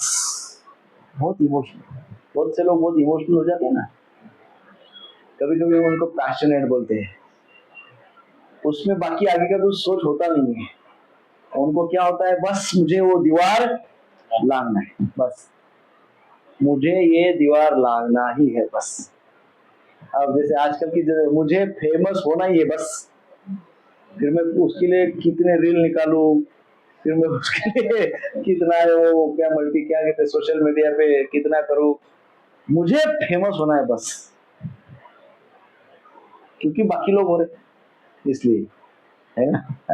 वो क्योंकि भी नहीं सोचता है, बस मुझे बस फेमस होना है, या मुझे बस धन चाहिए, बस मुझे चाहिए धन बस, है ना, या मुझे अमुक चाहिए, मुझे तमुक चाहिए, मुझे ये चाहिए। ये इमोशनल क्वोशंट है, इसको क्या कहते हैं, इमोशनल क्वोशंट, भावनिक स्तर है। सो ये यहाँ पे क्या होता है, ये जैसे मैंने उदाहरण जैसे बताया कि मुझे मान लो मैं सोचे मुझे दीवार पे चढ़ना है, बस दीवार को लाना है। जब मैं ऐसे सोचता हूं तो मेरा जो पर्सनालिटी है उसमें इमोशनल क्वोशंट ही हैवी है, मैं भावनिक स्तर का ही व्यक्ति हूं। अच्छा, फिर आगे के स्तर वाला इंटेलेक्चुअल क्वोशंट वाला व्यक्ति क्या सोचता है, अच्छा है यदि मैं थोड़ा आगे नेक्स्ट लेवल की पर्सनालिटी बन गया तो फिर मैं क्या सोचता हूँ, हाँ मुझे दीवार लांघना है ना, तो अब मैं सोचता हूँ चलो संसाधन जुटाओ, अभी इंटेलेक्चुअल क्वोशंट, हाँ अभी इंटेलेक्चुअल क्वोशंट में बुद्धि लगाऊंगा, फिर प्लान करूंगा, सोचूंगा क्या कि मैं क्या करता हूँ, अभी चलो लैडर लेके आता हूँ, सीढ़ी लेके आता हूँ, सीढ़ी को पकड़ने वाला एक व्यक्ति लेके आता हूँ, संसाधन जुटाता हूँ। दीवार लांघना है तो उसके लिए फिर क्या है, जब मैं इंटेलेक्चुअल क्वोशंट पे मेरी व्यक्तित्व आ जाता है तो फिर मैं क्या करता हूँ, संसाधन जुटाता हूँ, प्लानिंग करता हूँ, है ना, ये सब करता हूँ। तब जब मैं ये करता हूँ तब मैं कौन से स्तर पे आ गया, इंटेलेक्चुअल प्लानिंग, उसमें क्या आ जाता है, प्लानिंग आता है ना। Planning and sometimes execution also, planning and execution हो गया इंटेलेक्चुअल क्वोशंट, है ना। अच्छा, जब मैं स्पिरिचुअल क्वेश्चन पे आता हूँ, स्पिरिचुअल आध्यात्मिक स्तर पे आता हूँ, तब मैं क्या करता हूँ, वो नेक्स्ट लेवल का है। तब मैं सोचता हूँ ये सब मैं क्यों कर रहा हूँ, वाई, है ना। स्पिरिचुअली जब व्यक्ति अवेकन रहता है, अवेयर रहता है, तब वो सोचता है why am I doing so many things, इससे मुझे क्या लाभ होने वाला है, दीवार लांघने से मुझे लाभ क्या होने वाला है ना, क्या लाभ होने वाला है, व्हाई। तो जो व्हाई पूछते हैं, क्यों कर रहा हूं, वो लोग आध्यात्मिक स्तर पे जा सकते हैं, वो लोग आध्यात्मिक स्तर पे प्रोग्रेस कर सकते हैं। लेकिन जो लोग मानसिक या भावनिक स्तर पे आके निर्णय लेते हैं और फिर संसाधन जुटाते हैं और उसी में उलझते रहते हैं, सीढ़ी लगाते हैं, सीढ़ी वाले को बुलाते हैं, पकड़ने वाला आता है, फिर चढ़ते हैं, 2-4 स्टेप चलते हैं, ऊपर जाते हैं, बैठते हैं ऊपर, हो बहुत बढ़िया, फिर ऊपर चढ़ते हैं, फिर नीचे उतरते हैं, फिर नॉर्मल हो जाते हैं। ऐसा ही हमारा लाइफ है, भौतिक जीवन। हमको पता ही नहीं हम कर क्या रहे हैं, क्यों कर रहे हैं, क्यों कर रहे हैं, हमको कई बार पता ही नहीं चलता है क्यों कर रहे हैं, है ना, वाई पता ही नहीं रहता है, बस कर रहे, सब लोग कर रहे हैं, हम भी कर रहे हैं, नहीं क्या, सब लोग तो ऐसे ही कर रहे हैं ना, हम भी ऐसे ही कर रहे हैं, हम अलग क्यों करें। सब लोग तो ऐसे दूध के जैसा है, 100 लीटर दूध 100 लीटर दूध है, सब क्या करेंगे, उसका घी थोड़ी है, उसमें से आपको घी निकालना पड़ता है। 100 लीटर में से आपको वो स्पिरिचुअल लेवल के व्यक्तित्व को, पर्सनालिटीज को सेपरेट करना होता है, और तब जाके हमको हमारा आत्म ज्ञान, आत्म संतुष्टि, है ना, आत्म साक्षात्कार तब होगा, ऐसे नहीं होता है। तो हमको क्या करना है, आध्यात्मिक स्तर पे जागरूक होना है, हमको भावनिक स्तर पे रह के कुछ होने वाला नहीं है, केवल इंटेलेक्चुअल स्तर पे रह के कुछ होने वाला नहीं, परंतु यदि हम स्पिरिचुअल आध्यात्मिक स्तर पे प्रगति करते हैं तो नेचुरली हमारा बौद्धिक स्तर और भावनिक स्तर नेचुरली बैलेंस हो जाता है। क्यों, क्योंकि हम वाई पे काम कर रहे हैं, टॉप मोस्ट जो गोल है उसके ऊपर काम कर रहे हैं। तो जब हम उसको, कुछ तो मैनेजमेंट में कहते हैं, मैं भूल गया अभी, वो रिवर्स प्लानिंग होता है, नीचे से ऊपर नहीं जाते, ऊपर से नीचे आते हैं, ऊपर से नीचे। मेरा प्लान, मेरा स्पिरिचुअल अवेयरनेस, मुझे क्या करना है, मुझे आत्म संतुष्टि चाहिए, मुझे आनंद की अनुभूति चाहिए, मुझे परम शांति की अनुभूति अभी चाहिए, इसी जीवन में ये सब चाहिए, मुझे संसार में आनंद ढूंढना है, मुझे भगवान, ये जो क्रिएटर है उसका स्वभाव जानना है, उसके साथ मुझे कनेक्ट होना है। हाँ, किसको आनंद नहीं चाहिए बताइए, सबको आनंद चाहिए, सबको शांति चाहिए, चाहिए ना। तो क्या ऑफिस में मिलती है, बिजनेस में मिलती है, जॉब में मिलती है, घर में मिलती है, नहीं मिलती है वो परम शांति। इसका अर्थ क्या हो, कहीं और है। तो इसका अर्थ ये भी नहीं कि ये सब छोड़ दो ये नहीं है, इसका राइट कॉन्शियसनेस में यूज करो, बस ये करते हुए कॉन्शियसनेस सही रखो, this is the only thing. भगवान ने हमको छोड़ने के लिए कदापि बोला ही नहीं है। अर्जुन को बोल रहा है, अर्जुन बोल रहा है मैं जंगल में जाना चाहता हूँ, मैं युद्ध करना नहीं, तो उधर जाके सन्यासी बनूंगा, मस्त माला जपूंगा, भिक्षा मांगूंगा, कोई टेंशन नहीं, मुझे ये सब नहीं करना है, ये सब मुझे कोई कर्म नहीं करना है, सब नहीं करना है, मुझे कोई सुख शांति नहीं चाहिए, मुझे कुछ स्वर्ग का सुख नहीं चाहिए, ऐसा बोलते हैं अर्जुन। कृष्ण बोलते ये क्या कर रहे हो तुम करो ये सब, तुमको इससे स्वर्ग का आनंद मिलेगा, अच्छे राजा बनोगे, तीनों लोगों में नाम होगा। तो भगवान भी तो हमारे लिए यही सोच रहे ना कि ये करो तो तुम्हारा नाम होगा, तुम अच्छे रहोगे, सुख ऐश्वर्य शांति, परम आनंद को प्राप्त करोगे, ये उसके नुस्खे बता रहे भगवान भगवत गीता में, है कि नहीं। बट वो मिलती कैसी है, परम शांति परम आनंद मिलता कैसा है वो हमको पता नहीं, हम इधर उधर ढूंढ रहे, बट भगवान भगवत गीता में बोलते ऐसे मिलता है। कैसे मिलता है, स्पिरिचुअल अवेकनिंग, आध्यात्मिक चेतना को डेवलप करो, स्पिरिचुअल कॉन्शियसनेस को डेवलप करो। कैसे डेवलप करो, जैसे घी बनता है, घी कैसे बनता है, आध्यात्मिक विचारों को इंपोर्ट करते हैं, क्या बोलते हैं, मोहन क्या बोलते हैं, थोड़ा सा दही दूध में डालते हैं ना, थोड़ा जो दही होता है इतना सा, हाँ? वो उतने दही को आप जब डालते तो जो उतना दही है ना, अर्थात वो स्पिरिचुअल थॉट उतने ही होते हैं, स्पिरिचुअल थॉट ज्यादा नहीं होते है ना। या ऐसे आध्यात्मिक संगत में रहो, आध्यात्मिक विचारों में रहो, उसको अपने पर्सनालिटी में ऐड करो, फिर चर्निंग करो। तो इस प्रकार से हम क्या कर सकते हैं, ऐसा करने के बाद आत्मा का आकार हम समझ सकते हैं। जैसा बताया गया ना कि spark is just a spark, तो स्पार्क को समझने के लिए हमारा स्पिरिचुअल क्वोशंट एक्टिव चाहिए। कई बार हम प्राय संसार में देखते हैं ज्यादा से ज्यादा टॉप मोस्ट एक्सपेक्टेशन हमारा जो होता है वो होता है इंटेलेक्चुअल क्वोशंट तक, उसके आगे नहीं होता है प्राय लोगों का, वहीं तक होता है स्पिरिचुअल। और इसीलिए एंजाइटी और फ्रस्ट्रेशन है, इंटेलिजेंट होने के पश्चात भी एंजाइटीज और फ्रस्ट्रेशन है ना। दैट इज द रीजन, क्योंकि उसके आगे का जो लेवल है जिससे परम आनंद, परम शांति, परम सुख की टेस्ट हमको मिलने वाली है, वहां तक पहुंचते ही नहीं है ना। इंटेलेक्चुअल लेवल पे वो जाके सेटल हो गया, सब हो गया, पर वहां पे भी एंजाइटीज होती है, वहां पे भी टेस्ट होती है, वहां पे भी बहुत सारी परीक्षाएं होती है, फिर सुख दुख तो वहां पे भी परीक्षा झेलनी पड़ती है। सो इसलिए जब आत्मा का साक्षात्कार हो जाता है, कब होता है, जब स्पिरिचुअल क्वेश्चन पे आते हैं, और जब साक्षात्कार हो जाता है तब आत्मा की साइज हमको पता हो जाती है, हमको साइज पता हो जाती है। साइज पता करने के लिए केवल आध्यात्मिक ज्ञान और उसका आचरण, वो तुरंत पता, पूरा स्वरूप पता हो जाएगा आत्मा का। नॉट ओनली साइज, आत्मा की साइज केवल नहीं पता होगी, आत्मा का आकार क्या है वो तो पता ही होगा, आत्मा का स्वभाव क्या है वो भी पता होगा, आत्मा दिखता कैसा है वो भी पता हो जाएगा, दिख जाएगा। सो ये हो गया आकार, अर्थात आत्मा को मापन करने के जो प्रकार है, 3 प्रकार है। एक है आकार जो अभी हमने देखा, और दूसरा है पंच प्राण। हमारे शरीर के अंदर 5 प्राण है ना, पंच प्राण।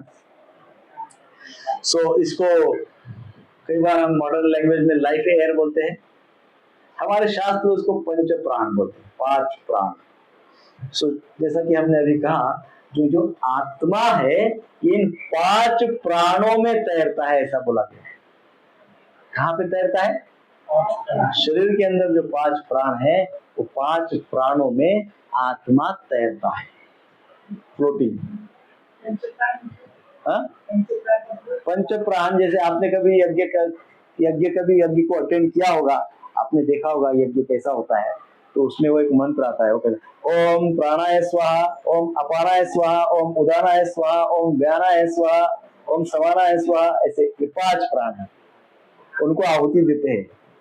वो आहुति इसलिए देखो, पंच प्राण को प्रार्थना करते हैं, हे पंच प्राण, आप हमारे शरीर में है तो अपना कार्य अच्छे से करिए और हमारे आत्मा को संतुष्ट रखिए, क्योंकि आत्मा उसमें फ्लोट होता है ना। और 5 प्राणों को एक एक विशेष सेवा दी गई, वो अपना एक एक काम करते हैं, भौतिक स्तर का काम। ऐसे तो आध्यात्मिक सूक्ष्म स्तर पे वो क्या करते हैं, आत्मा उनमें फ्लोट होता है, तैरता है। अच्छा, अब भौतिक स्तर पे, मटेरियल लेवल पे ये पंच प्राण क्या करते हैं, तो मटेरियल लेवल पे जैसा प्राण जो होता है, नंबर 1 होता है प्राण, ओम प्राणाय स्वाहा, पहला नाम क्या है, प्राण। तो प्राण क्या करता है, प्राण के कारण देखना, सुनना, गंध लेना, टेस्ट करना, स्पर्श करना, ये प्राण से उत्पन्न होता है। प्राण वायु का कार्य क्या है, ये सब चीजें हमको करवाता है, देखना, सुनना, टेस्ट करना, स्पर्श करना, ये सब कौन करवाता है, प्राण वायु। प्राण वायु को ऑक्सीजन मत समझिए। कई बार हम देखते कि ऑक्सीजन मीन्स प्राण वायु, ऐसा नहीं है। ऑक्सीजन है, ऑक्सीजन हमको हमारे शरीर में बहुत उपयुक्त है, वो सही है, लेकिन शास्त्र और सूक्ष्म स्तर पे उसकी चर्चा करते हैं और डिटेल में जाते हैं। तो प्राण है जो इस प्रकार से देखना, सुनना वगैरह को हमको ये एक्टिवेट करता है। जैसे सिर, जीवा, हृदय, कंठ और नासिका, मुख और नासिका, ये इस क्षेत्र में कार्यरत रहता है। कंठ, जीवा, इस क्षेत्र में ये कार्य करता है। इसका मुख्य कार्य है श्वासोश्वास, ब्रीदिंग। मुख्य कार्य, एक्स्ट्रा मटेरियल स्तर पे ब्रीदिंग। हम उसको ऑक्सीजन बोलते हैं, वो बहुत अच्छी बात है क्योंकि उस एक शब्द से हमको समझ में आता है, लेकिन हमको कहाँ तक समझ में आता है? हमको यहीं तक समझ में आता है कि श्वासोश्वास बस। लेकिन यहाँ क्या कहा गया है? देखना, सुनना, ये भी काम प्राण का है ना। सो इसलिए हमारे शास्त्र कई बार समझाते हैं कि प्राणायाम करो, है ना, प्राण का आयाम, प्राणायाम करो। अच्छा, इसका जो विशेषकर जुकाम वगैरह हो जाता है ना, सर्दी, थ्रोट का कोई इन्फेक्शन, गला बैठ जाता है वगैरह, तो इस समझना चाहिए कि प्राणवायु ऐसे और भी बहुत सारी चीजें होगी, लेकिन मैं बहुत संक्षेप में बता रहा हूँ। मैं आयुर्वेदाचार्य नहीं हूँ इसलिए मैं बोल नहीं सकता, बट जो मैंने सुना है उतना संक्षेप में बता रहा हूँ कि गला और जुकाम वगैरह जो होता है, थ्रोट वगैरह, इसमें यदि कुछ होता है इन्फेक्शन है किसी प्रकार का ट्रबल, तो इट मीन्स हमारा प्राणवायु इम्बैलेंस है ना, फर्स्ट सिम्टम। देन दूसरा वायु है उदान वायु। दूसरा कौन सा है? उदान वायु। ये उदान वायु जो है वो कंठ से नाभि तक, ऐसा चेस्ट वगैरह ये सारे पोर्शन को वो कार्यरत रहता है। थ्रोट से नेवल तक के रीजन में का ड्यूटी किसका है? उदान वायु का। ये क्या करता है? ये बोलना, अभी हम जो बोल रहे हैं ना, ये उदान वायु के कारण बोल रहे हैं। वो बैलेंस से इसलिए बोल पा रहे, वो इम्बैलेंस हो जाएगा तो नहीं बोल पाएंगे। उदान वायु। फिर दूसरा और सूक्ष्म चीज उसमें ये मिलती है हमको कि उत्साह। उत्साह, कोई लोग देखो बहुत उत्साहित रहते हैं, कभी कुछ बोला चलो चलो एकदम बैठे, और जाएंगे भी 10 लोगों में बैठेंगे तो ऐसा लगेगा कि एक व्यक्ति के कारण 100 लोग है, क्या ऐसा लगेगा, है ना। वो एक व्यक्ति के कारण ऐसे लगेगा 100 लोग बैठे थे, इतना उत्साह, अति उत्साह एकदम इसका अर्थ क्या? उनका उदान वायु एकदम बैलेंस है। और कुछ लोग पता ही नहीं चलता है कि नहीं है बैठे, है ना, एकदम ध्यान, मतलब शांत है, तो पता ही नहीं चलता है। तो इसका अर्थ क्या है? उदान वायु इम्बैलेंस, उदान वायु इम्बैलेंस। हाँ एकदम सही प्रश्न पूछा आपने, मैं एक्सपेक्ट कर रहा था कोई तो पूछे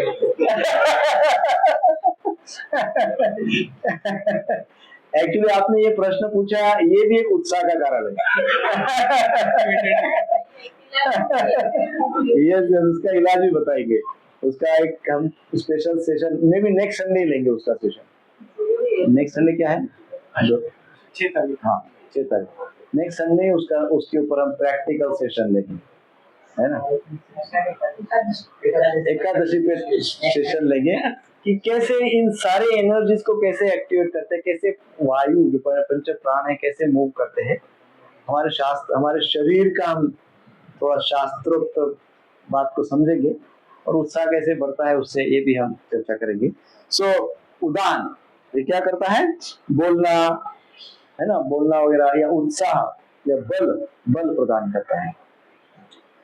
यदि कोई बीमारी, ये यदि इम्बैलेंस हो जाता है तो इसका आंख, नाक, कान यहाँ पे थोड़ा सा अफेक्ट आ सकता है। इम्बैलेंस होने से आंख, नाक, कान में इम्बैलेंस क्रिएट हो सकता है। फिर तीसरा है समान वायु। कौन सा वायु? समान ये वायु मोस्टली, ये जो पेट का भाग, पेट किसको कहते हैं? जिसमें मोस्टली लिवर, इंटेस्टाइन वगैरह होते हैं। तो लिवर इंटेस्टाइन में जो एक्टिव रहता है वो है समान वायु। सो नेचुरली जो लिवर इंटेस्टाइन में वो क्या एक्शन लेता होगा? डाइजेशन, है ना, समान वायु डाइजेशन। सो डाइजेशन, केवल डाइजेशन नहीं, डाइजेशन एंड एक्सपल्शन, यानी जो शरीर में डाइजेस्ट करना है, एनर्जी बनाना है, और शरीर में जो अनवांटेड है उसको बाहर करना है। ये काम कौन करता है? समान वायु करता है। और यदि समान वायु इम्बैलेंस हुआ तो क्या हो जाता है? फिर इनडाइजेशन, है ना, इनडाइजेशन होता है। फिर अपान वायु, ये अपान वायु भी पेट में ही एक्टिव रहता है, और ये कौन से क्षेत्र में काम करता है? ये mostly large intestine and kidney, mostly, बाकी और भी ऑर्गन्स है लेकिन majorly large intestine and kidney उसमें कार्य करता है। इसलिए इसका जो डिपार्टमेंट है वो है मल मूत्र और गर्भ को स्थिर वगैरह करना, ये सब कार्य में अपान वायु होता है। तो ये बड़ी आंत, किडनी, और इसका रोग होता है, सॉरी कर्म होता है मल मूत्र शुक्र वगैरह, ये सब चीजों को बैलेंस रखता है। अच्छा, बीमारी क्या होती है? इम्बैलेंस होने पे क्या शारीरिक समस्याएं उत्पन्न होती है? तो कहा गया है stone, piles, kidney problems, diabetes वगैरह वगैरह। ऐसा अपान वायु को इम्बैलेंस होने से ऐसा होता है। फिर है व्यान वायु, ये बहुत जबरदस्त है, ये पूरे शरीर में कार्यरत रहता है, ये सुपरवाइजर है, पूरे शरीर में घूमते रहता है और स्पेशली हार्ट, हृदय क्षेत्र में ज्यादा एक्टिव रहता है ताकि हृदय को कुछ हो न जाए। इसलिए ये स्पेशली, ये लोग तो काम कर ही रहे उसमें अपने अपने क्षेत्र में, ये सुपरवाइजर का काम करता है। जहां कुछ कमी लगी वहां तुरंत जाके अपना वो कमी को पूरा कर देता है। कौन? व्यान। और विशेषकर हार्ट का ध्यान रखता है ना? व्यान वायु, हाँ व्यान, VYAN, व्यान। तो इसका कार्य क्या है? तो मोस्टली ये यदि शरीर को ठीक ठीक रखना है, बैलेंस रखना है, तो शरीर में टॉक्सिन्स नहीं होने चाहिए। तो ये फोकस करता है टॉक्सिन्स को बाहर करना, पसीना वगैरह, टॉक्सिन्स को बाहर करने में ज्यादा फोकस रखता है। और एक काम ये करता है पलक झपकना, पलक अपन ऐसे झपकते हैं, पलक झपकने के लिए भी व्यान वायु है। यदि ये इम्बैलेंस हो गया, व्यान यदि इम्बैलेंस हो गया, तो देखो जो पूरा सुपरवाइजर ही इम्बैलेंस हो गया, तो हमको है ना शिथिलता, जड़त्व तो बोलते हैं उसको, बैठ के उठने की इच्छा ही नहीं होती है, स्लो हो जाते हैं, शिथिलता आ जाती है, स्लो हो जाते हैं। सो ये इसका अर्थ है कि हमको व्यान वायु इम्बैलेंस है। सो अब ये पंच प्राण के आधार पे भी हम आत्मा का ज्ञान प्राप्त कर सकते हैं। पहला था आकार, दूसरा था पंच प्राण। तो ये पंच प्राण को हमको शुद्ध रखना चाहिए। ये एक्चुअली सुपर, एक सिंपल शब्द में यदि बोलूं तो ये पंच प्राण यानी क्या है? ट्रांसपोर्टर है। ये लोग ट्रांसपोर्टेशन का काम करते हैं, है ना? इनका क्या काम होता है? ट्रांसपोर्ट, शरीर के अंदर ट्रांसपोर्ट सिस्टम को वे लोग इंचार्ज है। फिर वो क्या क्या ट्रांसपोर्ट करते हैं? वो आत्मा को ट्रांसपोर्ट करते हैं। पहली बात तो ये है, जब आत्मा को ट्रांसपोर्ट करते हैं तो फिर वो डायरेक्टली कनेक्टेड विद एनर्जी। सो इसका अर्थ वो एनर्जी को भी ट्रांसपोर्ट करते हैं, एनर्जी को ट्रांसपोर्ट करते हैं। तो दूसरा अर्थ होता है फिर शरीर के अंदर, मॉडर्न लैंग्वेज बोले तो मिनरल्स, ब्लड वगैरह, इसका भी मूवमेंट वो करवाते है कि नहीं? सो कितने इंपॉर्टेंट है पंच प्राण, देखो आप कितने इंपॉर्टेंट, बहुत इंपॉर्टेंट है पंच, पर हमको पता ही नहीं होता है। हम श्वास लेते हैं, हमको पता होता है? नहीं पता होता है। हम श्वास ले रहे हैं, वी डोंट नो, लेकिन वो श्वास के पीछे इतना सारा कार्यकलाप है, इतनी सिस्टम लगी हुई है। नहीं है सिस्टम, नहीं है, प्रॉपर सिस्टम है। एक श्वास के पीछे इतनी भगवान ने सिस्टम लगा दी है, हमको तो पता ही नहीं होता है। हम तो अनअवेयर है उसके प्रति, और जब उसके प्रति अनअवेयर हो गए तो हम आत्मा के प्रति भी अनअवेयर है। तो इसलिए हमको अनअवेयर नहीं रहना है, हमको अवेयर होना, हमको अवेयर होना है ना। अवेयरनेस ऐसे ही नहीं आती, फिर एक बार बता रहा हूँ, अवेयरनेस ऐसे ही नहीं आती। अवेयरनेस के लिए वो थॉट प्रोसेस को एक्सेप्ट करना होता है, थोड़ा थोड़ा आध्यात्मिक विचारों को एक्सेप्ट करते जाना है। वो एक्सेप्टेंस भी है ना, कंसिस्टेंसी से आता है, रेगुलरिटी से आता है, कंटिन्यूएशन से आता है। कभी कभी का क्लास सुने, कभी का नहीं सुने, कभी आए कभी गए, तो वो कुछ नहीं आएगा। वो ऐसा नहीं। अगर आप भौतिक एजुकेशन लेते हैं, मटेरियल एजुकेशन, स्कूल कॉलेज में पढ़ते हैं, ऐसा चलता है कि एक बार गए 10 बार नहीं गए, फेल हो जाएंगे।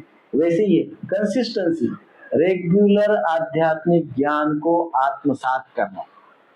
आत्मसात बोल रहे हैं हम, आत्मसात मतलब लेके अप्लाई करना, उसको आत्मसात कहते हैं। तो इस प्रकार से हम आत्मा को समझ सकते हैं। सो अब आत्मा की चेतना और आत्मा की शुद्धता, जब हम ये पंच प्राणों को शुद्ध करते हैं, अब देखिए बड़ा सूक्ष्म रिलेशनशिप है। कई लोग बोलते हैं हमारा मन बड़ा चंचल रहता है, मन बड़ा टेंशन में, मन बड़ा उदास रहता है, ट्रस्ट रहता है, मन कभी स्थिर रहता ही नहीं है हमारा, बहुत मन से बहुत प्रॉब्लम है, क्या करूं, मन ही नहीं लगता है, क्या करूं, मन स्टेबल होता ही नहीं है, क्या करूं, बहुत टेंशन आता है, क्या करूं, नर्वस ब्रेकडाउन में चला जाता हूं। ये सब मन की चंचलता, मन की अस्थिरता, मन की नर्वसनेस, मन के सारे डायमेंशंस, ये इतने सारे चंचलता और एंजाइटीज को यदि स्टेबलाइज करना है, स्थिर करना है, तो मन को तो हमने कभी देखा नहीं, तो कैसे करेंगे? देखा किसी ने मन को? नहीं देखा। तो मन पता है हमको कि हमारी बहुत एंजाइटी बढ़ती है, हमको कभी कभी बहुत टेंशन आता है, कभी कभी इतना आवेग होता है, चिड़चिड़ापन हो जाता है, गुस्सा आ जाता है, एंजाइटी बढ़ जाती है, ब्लड प्रेशर हाई हो जाता है, क्या क्या होता है पता है सब। तो ये मन को कैसे इलाज क्या है फिर? मेडिकल साइंस में इलाज है, वो ट्रैंक्विलाइजर देते हैं, पर वो कितने साल लेंगे ट्रैंक्विलाइजर, है ना, कब तक लेंगे? अभी तो स्वभाव बन गया मान लो एंजाइटी का, डिप्रेशन का, इसका, तो फिर वो लाइफ लॉन्ग तक वो मेडिकेशन लेते रहेंगे, तो उसके भी कुछ ना कुछ तो साइड इफेक्ट होगा। तो क्या भगवान ने कुछ व्यवस्था नहीं बनाई है क्या फिर उसके लिए? क्या भगवान को पता नहीं था क्या कि मन चंचल कलयुग का होगा, मन भ्रष्ट कर देगा? ये भगवान को पता नहीं था क्या? भगवान को पता था, तो फिर भगवान ने क्या व्यवस्था बनाई ऐसे वक्त? तो भगवान ने व्यवस्था बनाई है ये प्राणों की। जब हम प्राण को शुद्ध रखते हैं, ये पंच प्राण को हम जब शुद्ध रखते हैं, तब धीरे धीरे प्राणों की शुद्धता से मन स्थिर होता है। आप देखो कई लोग बोलते हैं बहुत टेंशन है, निगेटिविटी है ना, कोरोना के काल में बहुत सारे लोग निगेटिविटी का शिकार हुए, बहुत निगेटिविटी। तो ये जो आचार्य वगैरह लोग है, योग गुरु वगैरह है, ये सबको बता रहे थे, क्या कर रहे थे, क्या बता रहे थे? प्राणायाम। कुछ भी प्राणायाम में कुछ भी मत करो, केवल डीप ब्रीदिंग करो, बस इतना बोलते थे। बस इतना तो आता है ना, ऐसा पूछते थे, इतना तो करो। इसका अर्थ क्या है? प्राण को रेगुलेट करो, कम से कम इतना करो। जब ये इसको रेगुलेट करेंगे तो अनवांटेड जो थॉट्स है अपने आप डिसॉल्व। सो भगवान ने ये सिस्टम बनाई है हमारे मन को स्थिर, स्टेबल करने के लिए, स्ट्रांग करने के लिए, मजबूत, टफ बनाने के लिए। मन को टफ बनाना है हमको, टफ बनाने के लिए फिर भगवान क्या कहते हैं कि पंच प्राणों को शुद्ध रखो।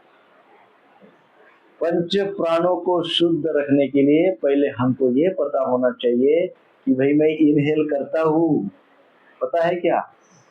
पता ही नहीं होता है हमको प्रभु। हम उसको इतना कैजुअली लेते हैं, नहीं लेते कैजुअली। हम अवेयर नहीं हमारे ब्रीदिंग के ऊपर, we are not aware of our breathing. हम इतना शैलो ब्रीदिंग करते हैं कि करोड़ों करोड़ों लोगों में कोई एक आध व्यक्ति होगा जिसका श्वास नाभि तक जाता है, पूरा ऐसा जाता है। सोचो थोड़ा सा अपने ऊपर सोचो कि लास्ट टाइम कब आपका श्वास नाभि तक गया था। याद भी नहीं होगा या कभी भी नहीं गया होगा, ऐसा भी हो सकता है। शांति से बैठे इमोशनली करेंगे तो ही होगा। नहीं, वो करते ही नहीं ना। समस्या तो ये है क्योंकि उसके ऊपर उतना फेथ नहीं है, उसके ऊपर फेथ नहीं। हमको क्या है, क्विक पट जैसे चाहिए, फास्ट। पेशेंस नहीं है। पेशेंस क्यों नहीं? क्योंकि मन चंचल है। अब ये चंचलता कम तो हो नहीं रही है, वो तो बढ़ती जाती है ना। सो अब ये इम्पेशंस होना, ये तो इसके हम अल्टीमेटली साइड इफेक्ट ही कलेक्ट करते जा रहे हैं। हमारा शास्त्र क्या कहता है कि सारी जो चीजें हम करते जा रहे हैं वो इमरजेंसी के लिए है। जैसे मेडिसिन है, वो किसके लिए है? इमरजेंसी के लिए। हर चीज जो भी कुछ है वो सब इमरजेंसी के लिए है ना। पर अब पिज्जा, पास्ता, अमुक धमुक सब खाते हैं, वो कभी कभार एक आध बार इमरजेंसी के लिए है, लेकिन वो रोज ही खा रहे हैं सब गड़बड़ है। ये इसके कारण क्या हो रहा है, अशुद्धता बढ़ रही है, विचारों की अशुद्धता, खाने की अशुद्धता, है ना। अशुद्धता पहले तो खाने से शुरू होती है, फिर विचारों की अशुद्धता। हम कोई भी हमारे सामने कोई भी आता है तो पहले हम उसके विषय में निगेटिव सोचते हैं क्या है तो बोगस ही होगा है ना। हमारे मन में किसी के भी प्रति पहले निगेटिव थॉट आता है ना। निगेटिविटी बहुत है इस प्रकार से। तो ये विचारों की अशुद्धता हो, विचारों की अशुद्धता फिर सूक्ष्म स्तर पे जाती है और प्राण वायु इम्बैलेंस हो जाती है। ये पंच प्राण जो है ना, ये जब इम्बैलेंस हो जाते हैं तो कभी बदन दर्द, कभी सर दर्द, कभी एसिडिटी, कभी फ्रस्ट्रेशन, कभी टेंशन, कभी बॉडी पेन, कभी अमुक धमुक चलते ही रहता है, ये चलते ही रहता है। और फिर हम बोलते हैं क्या करें, कुछ ना कुछ तो something is always there in material life क्यों भाई, क्यों समथिंग इज ऑलवेज देयर? क्योंकि ये सब सभी की बात है, ये सब बड़े बड़े लोग भी इस प्रकार सोचते हैं। तो कई बार हम उसके आगे एक अपना शास्त्र भी है कि व्यक्ति जो सफर होता है वो अपने पूर्व कर्म के अनुसार भी होता है, परंतु हमारे हाथ में क्या है, हमारे हाथ में पंच प्राण को शुद्ध करना है। पूर्व के कर्म थोड़ी ना हमारे हाथ में, पूर्व में हमने क्या कर्म किए थे उसको कैसे करेक्ट करेंगे, नहीं पता। हमारे हाथ में क्या है, पंच प्राण। पंच प्राणों को शुद्ध रखिए, और फिर जब हम शुद्ध रखते हैं पंच प्राणों को तो अशुद्धता दूर हो जाती है, और फिर हमारे पर्सनालिटी में आध्यात्मिक चेतना प्रदर्शित होती है ना। हमारे पर्सनालिटी में दिखता है, आध्यात्मिक पर्सनालिटी लगती है, तो कॉन्शियसनेस रिफ्लेक्ट होती है। और जब हमारे चेतना में कॉन्शियसनेस रिफ्लेक्ट होती है, स्पिरिचुअल कॉन्शियसनेस, तो हम जिसके भी संपर्क में जाते हैं उनको हम आध्यात्मिक स्पिरिचुअल कॉन्शियसनेस के लिए एक्टिवेट करते हैं, उनको ऑरा मिल जाता है, वो लोग भी एक्टिवेट हो जाते हैं। तो ये इस प्रकार से हमको जो मिला, स्वार्थ तो सिद्ध हो ही जाता है, परमार्थ भी हो जाता है, दूसरों का भी हम कल इतना बड़ा लाभ होता है। सो इसलिए इस बात पे ध्यान देना चाहिए। सो अल्टीमेटली शास्त्र हमको शुद्ध होने के लिए कहते हैं, पहले हमारा खान पान ठीक होना चाहिए, हमारा विचार ठीक होना चाहिए, और हमारा ब्रीदिंग भी ठीक होना चाहिए, है ना, ब्रीदिंग भी ठीक होना चाहिए। सो भौतिक शरीर, हमने पूर्व में बात देखी थी, प्रभुपाद जी ने तात्पर्य में इस बात को समझाया है अच्छे से। क्या बोलते हैं, भौतिक शरीर माइनस चेतना, material body minus consciousness is equal to dead body, है ना। शरीर से चेतना निकल गई तो डेड बॉडी हो जाती, शास्त्र में समझाया। तो फिर चेतना या आत्मा क्या कार्य करता है, आत्मा कैसा कार्य करता है, तो प्रभुपाद जी तात्पर्य में बताया है, जैसे हम मेडिसिन लेते हैं, दवाई खाते हैं, दवाई खा के दवाई तो पेट में जाती है, फिर प्रभाव कहाँ होता है, जो सर दर्द हो रहा है, सर दर्द हो रहा है तो आपने सर दर्द की गोली लिया, तो आपने सर दर्द की गोली, सर को तो मसाज नहीं किया, उससे आपने क्या किया, पेट में दिया, पेट में गोली गई तो सर ठीक हो गया। तो प्रभुपाद जी आत्मा के विषय में बोलते हुए ऐसे ही कहते हैं, गोली खाने से यदि वो शरीर तक पहुंचती है तो आत्मा है, चित्कन है। तो चित्कन जिस कोई भी क्षेत्र में शरीर के चित्कन रहता है, वहां से उसकी कॉन्शियसनेस पूरे शरीर में स्प्रेड होती है, पूरे शरीर के कण कण तक वो चेतना पहुंचती है, स्प्रेड होती है ना। इस प्रकार से जैसे सूर्य का भी उदाहरण दिया है तात्पर्य में, जैसे सूर्य छोटा होकर भी, ऐसे यहाँ से तो हमको छोटा ही दिखता है, कोई बहुत बड़ा नहीं दिखता है, लेकिन सारे ब्रह्मांड में प्रकाश भेजता है ना। वैसे ही आत्मा छोटा सा होता है लेकिन पूरे संपूर्ण शरीर में चेतना को प्रकाशित करता है। सो इस प्रकार से हम चेतना के विषय में समझें। एक महत्वपूर्ण बात, चेतना किसी भी भौतिक वस्तु से नहीं बनती। हम सोचे ऐसा आत्मा, ऐसा चेतना का, ऐसे चेतना आत्मा से आती है क्या, चलो चेतना की एक फैक्ट्री डालते हैं, चेतना बनाते हैं बाहर, है ना माता जी, मसाला वसाला डाल के चेतना ऐसी नहीं बनती है। चेतना किसी भी एलिमेंट से नहीं बनती है। चेतना is a nature of soul, consciousness is a nature of soul या सिम्टम ऑफ सोल। केवल वो आत्मा का ही सिम्टम है। क्षमा माझी परीक्षा आहे. आओ काय हरकत नाही, हरे कृष्ण, अडीच वाजता पेपर आहे. अच्छा काय हरकत नाही, हरे कृष्ण। सो कॉन्शियसनेस क्या है, कॉन्शियसनेस ऐसी नहीं बन सकती है, कॉन्शियसनेस आत्मा का सिम्टम है। सो ये कतई ध्यान में रखिए कभी भी कि कोई भी एक्सटर्नल चीजों से हमारी कॉन्शियसनेस हम शुद्ध कर सकते हैं, ऐसा हो नहीं सकता। हमको इंटरनली इम्प्रूव होना है, हमको अपने विचार, अपने थॉट प्रोसेस, अपना स्वभाव ये बदलना है, इसको अपग्रेड करना है। कई वर्षों से वही स्वभाव, वही विचार, वही पैटर्न, उसके ऊपर उठना है, उसके ऊपर, है ना। वहीं कब तक बैठे रहेंगे? मनुष्य जीवन बहुत स्पीड से खत्म होता है। पूर्व में होता था 1-1 लाख वर्ष जीते थे, अभी 100 वर्ष पकड़ो ज्यादा से ज्यादा। 100 वर्ष में से आखिर के कुछ वर्ष कुछ काम के ही नहीं होते। आखिर के कुछ वर्ष लास्ट फेज में हम कितना भी सोचे कि मैं अभी चेतना को समझता हूँ ना आत्मा को समझता हूँ, शरीर बोलता है समय गया, अब मैं कुछ नहीं करूंगा। है ना। जब हमारा शरीर सुदृढ़ है तब ये सब स्पीड से सब आत्मसात कर लेना चाहिए, तुरंत फटाफट, इसमें डिले नहीं करना चाहिए। भागवतम में कहा गया उम्र के 5वें वर्ष में सब ले लेना चाहिए, सारा ज्ञान।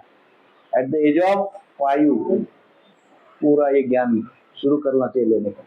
और हम लोग कितना लेट हो गए। तो हमारी स्पीड कितनी होनी चाहिए? स्पीड कितनी होनी चाहिए? जबरदस्त स्पीड होनी चाहिए, सुपरसोनिक स्पीड से जाना चाहिए। है ना। अभी किंतु परंतु देखेंगे, समय आएगा, है ना, धीरे धीरे। हाँ, ये एक शब्द बहुत फेमस है। कभी कुछ स्पिरिचुअल एक्टिविटी के लिए बोलो प्रभु जी धीरे धीरे करेंगे ना, प्रभु जी 1-2 माला तो जप करो, करेंगे ना धीरे धीरे। स्पिरिचुअल अपग्रेडेशन करो, धीरे धीरे करेंगे ना। कितना धीरे? धीरे मीन्स व्हाट? हाँ, ये तो टू मच धीरे है ना। मैंने पूछा था एक बार कि कई बार ऐसा होता है कि कोई व्यक्ति मुझे पूछा कि कौन से क्लास में पढ़ते हो, मैंने बोला मैं 5वीं में पढ़ता हूँ। फिर 10 साल बाद वो व्यक्ति मुझे मिला, फिर पूछा भाई कौन सी क्लास में पढ़ता हूँ, मतलब 5वीं में ही पढ़ता हूँ। कितना बुद्धू आदमी है। 10 साल से 5वीं क्लास में बैठा है ना।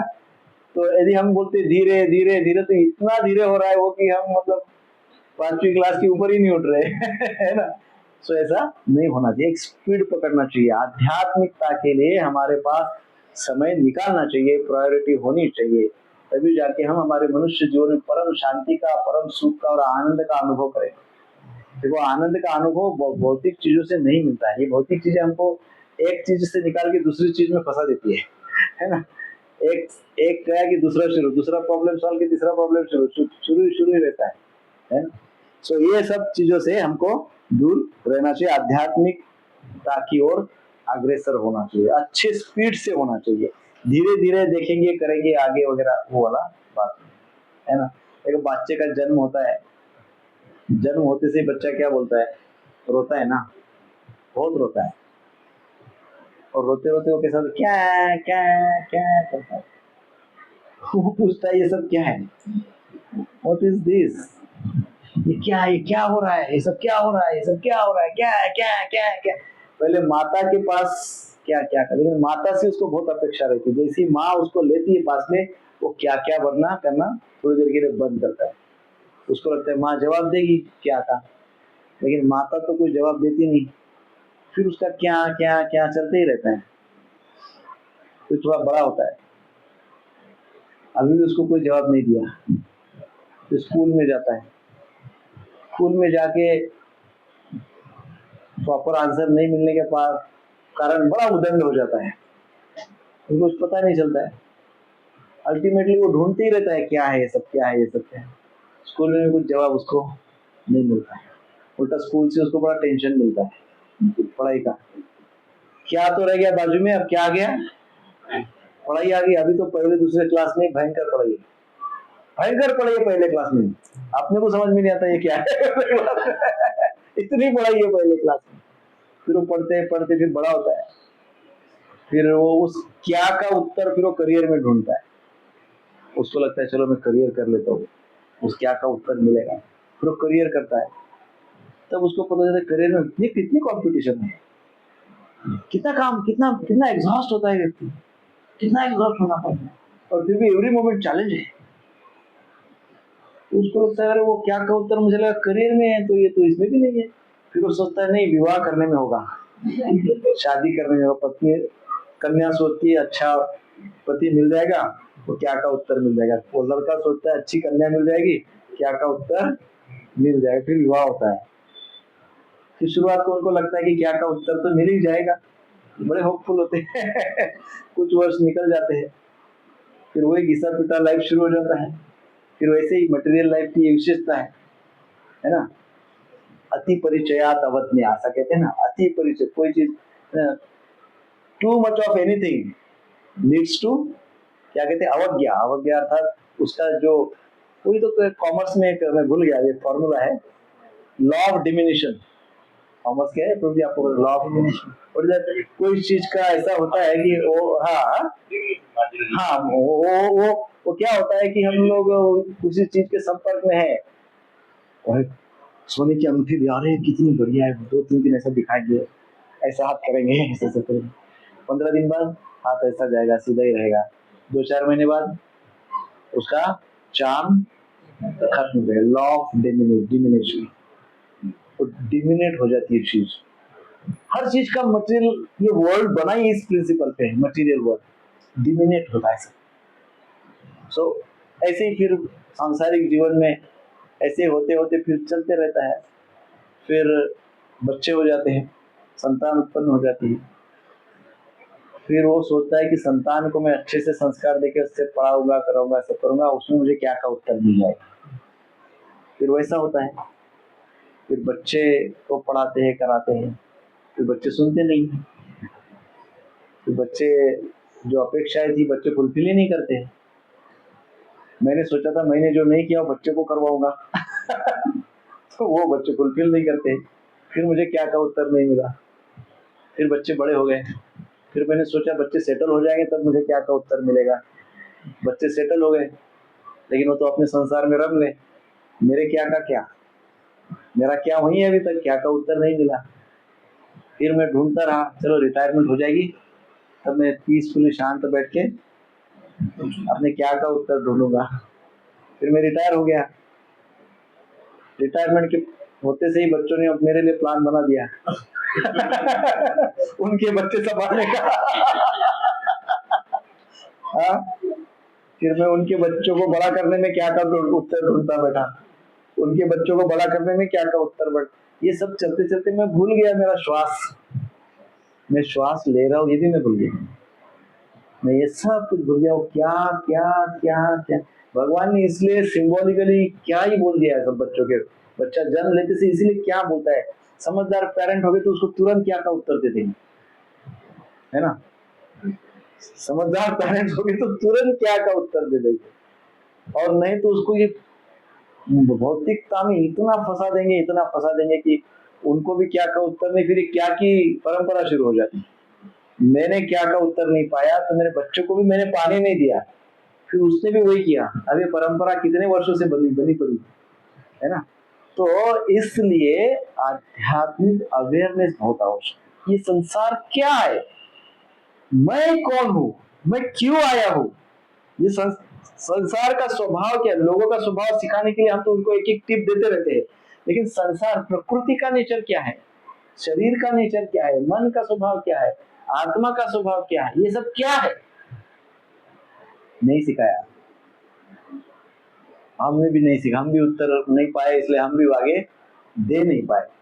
सो इसलिए हम यदि लेट भी हमको मिलता है कोई प्रॉब्लम नहीं, क्या का उत्तर तुरंत उसका उत्तर लेके तुरंत अपने नेक्स्ट जनरेशन तक पहुंचाए इस उत्तर को। जब भी उनका मूड होता है, जब भी वो समझने की स्थिति पे है, उनको थोड़ा थोड़ा आध्यात्मिक ज्ञान देना चाहिए, नहीं तो ये जीवन इतना फ्रस्ट्रेटिंग हो जाएगा। हो रहा है तो आज अमेरिका में ये ट्रैंक्विलाइजर्स जो ड्रग है, इसकी सेल पूरे वर्ल्ड में सबसे ज्यादा होती है, और America is the richest country. सोचो आप, सारे संसाधन, सारे रिचनेस है, सारा धन ऐश्वर्य संपत्ति सब, लेकिन उस कंट्री में सबसे ज्यादा ये मन को शांत करने की दवाइयाँ, सबसे ज्यादा फैक्ट्रीज है, सबसे ज्यादा सेल। क्यों है? क्योंकि उनको क्या है पता ही नहीं है क्या है। वी आर वेरी फॉर्चुनेट, हम इंडियंस हैं, हम बहुत फॉर्चुनेट है। हाँ, हमारे शरीर को, मन को, बुद्धि को और आत्मा को और बनाने वाले को सबको समझने का प्रयास करते हैं, ये सब जगह नहीं है, ये ओनली इंडिया में पॉसिबल है। और इसलिए being Indians we must be proud, है ना। हमको ये होना चाहिए, और इसलिए होना चाहिए क्योंकि हमको क्या का उत्तर पता है, बाकी दूसरा कोई कारण नहीं है। हम आईटी में बहुत आगे हो, कोई कारण नहीं है, that is not the reason, कल कोई और हो जाएगा, है कि नहीं। बट हम we are aware of our spiritual energy, aware of our existence, we know the answer of क्या का उत्तर पता है ना। हरे कृष्णा कृष्णा कृष्णा हरे हरे, हरे राम राम राम हरे। श्रील प्रभुपाद की जय। तो नेक्स्ट रविवार को हम प्राण या कैसे शुद्ध रखे, इनर कॉन्शियसनेस को कैसे शुद्ध रखे, टेक्निकली कहाँ से शुरुआत करेंगे और स्पिरिचुअली क्या करेंगे, है ना, दोनों लेवल पे नेक्स्ट संडे चर्चा करेंगे। हमको सुदृढ़ होना है ना, मेंटली, फिजिकली एंड स्पिरिचुअली, तीनों फ्रंट पे हमको मजबूत होना है ना। कोई भी एक फ्रंट पे मजबूत हो जाएंगे तो कोई लाभ नहीं, क्या का उत्तर नहीं मिलेगा। तीनों फ्रंट पे हम स्ट्रांग होने का प्रयास करेंगे। सो टेक होम पॉइंट बोलिए आज के।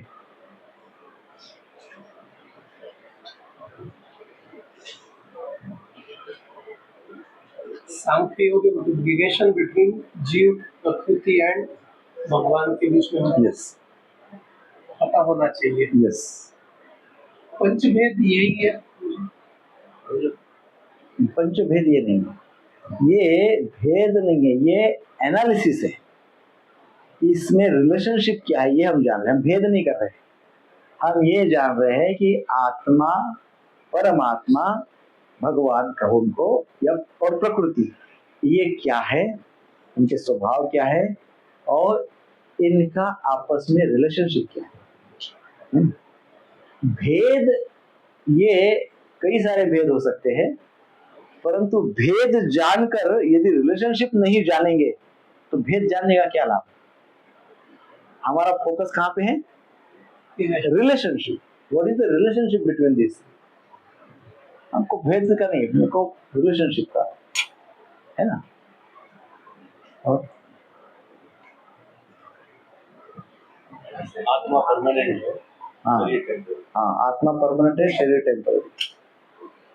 Philosophy is love for divine knowledge. Yes, love for divine knowledge. Philosophy, yeah, love for divine knowledge. प्राणों की शुद्धता से मन शुद्ध होता है। हाँ, प्राणों की शुद्धता से मन स्थिर होता है।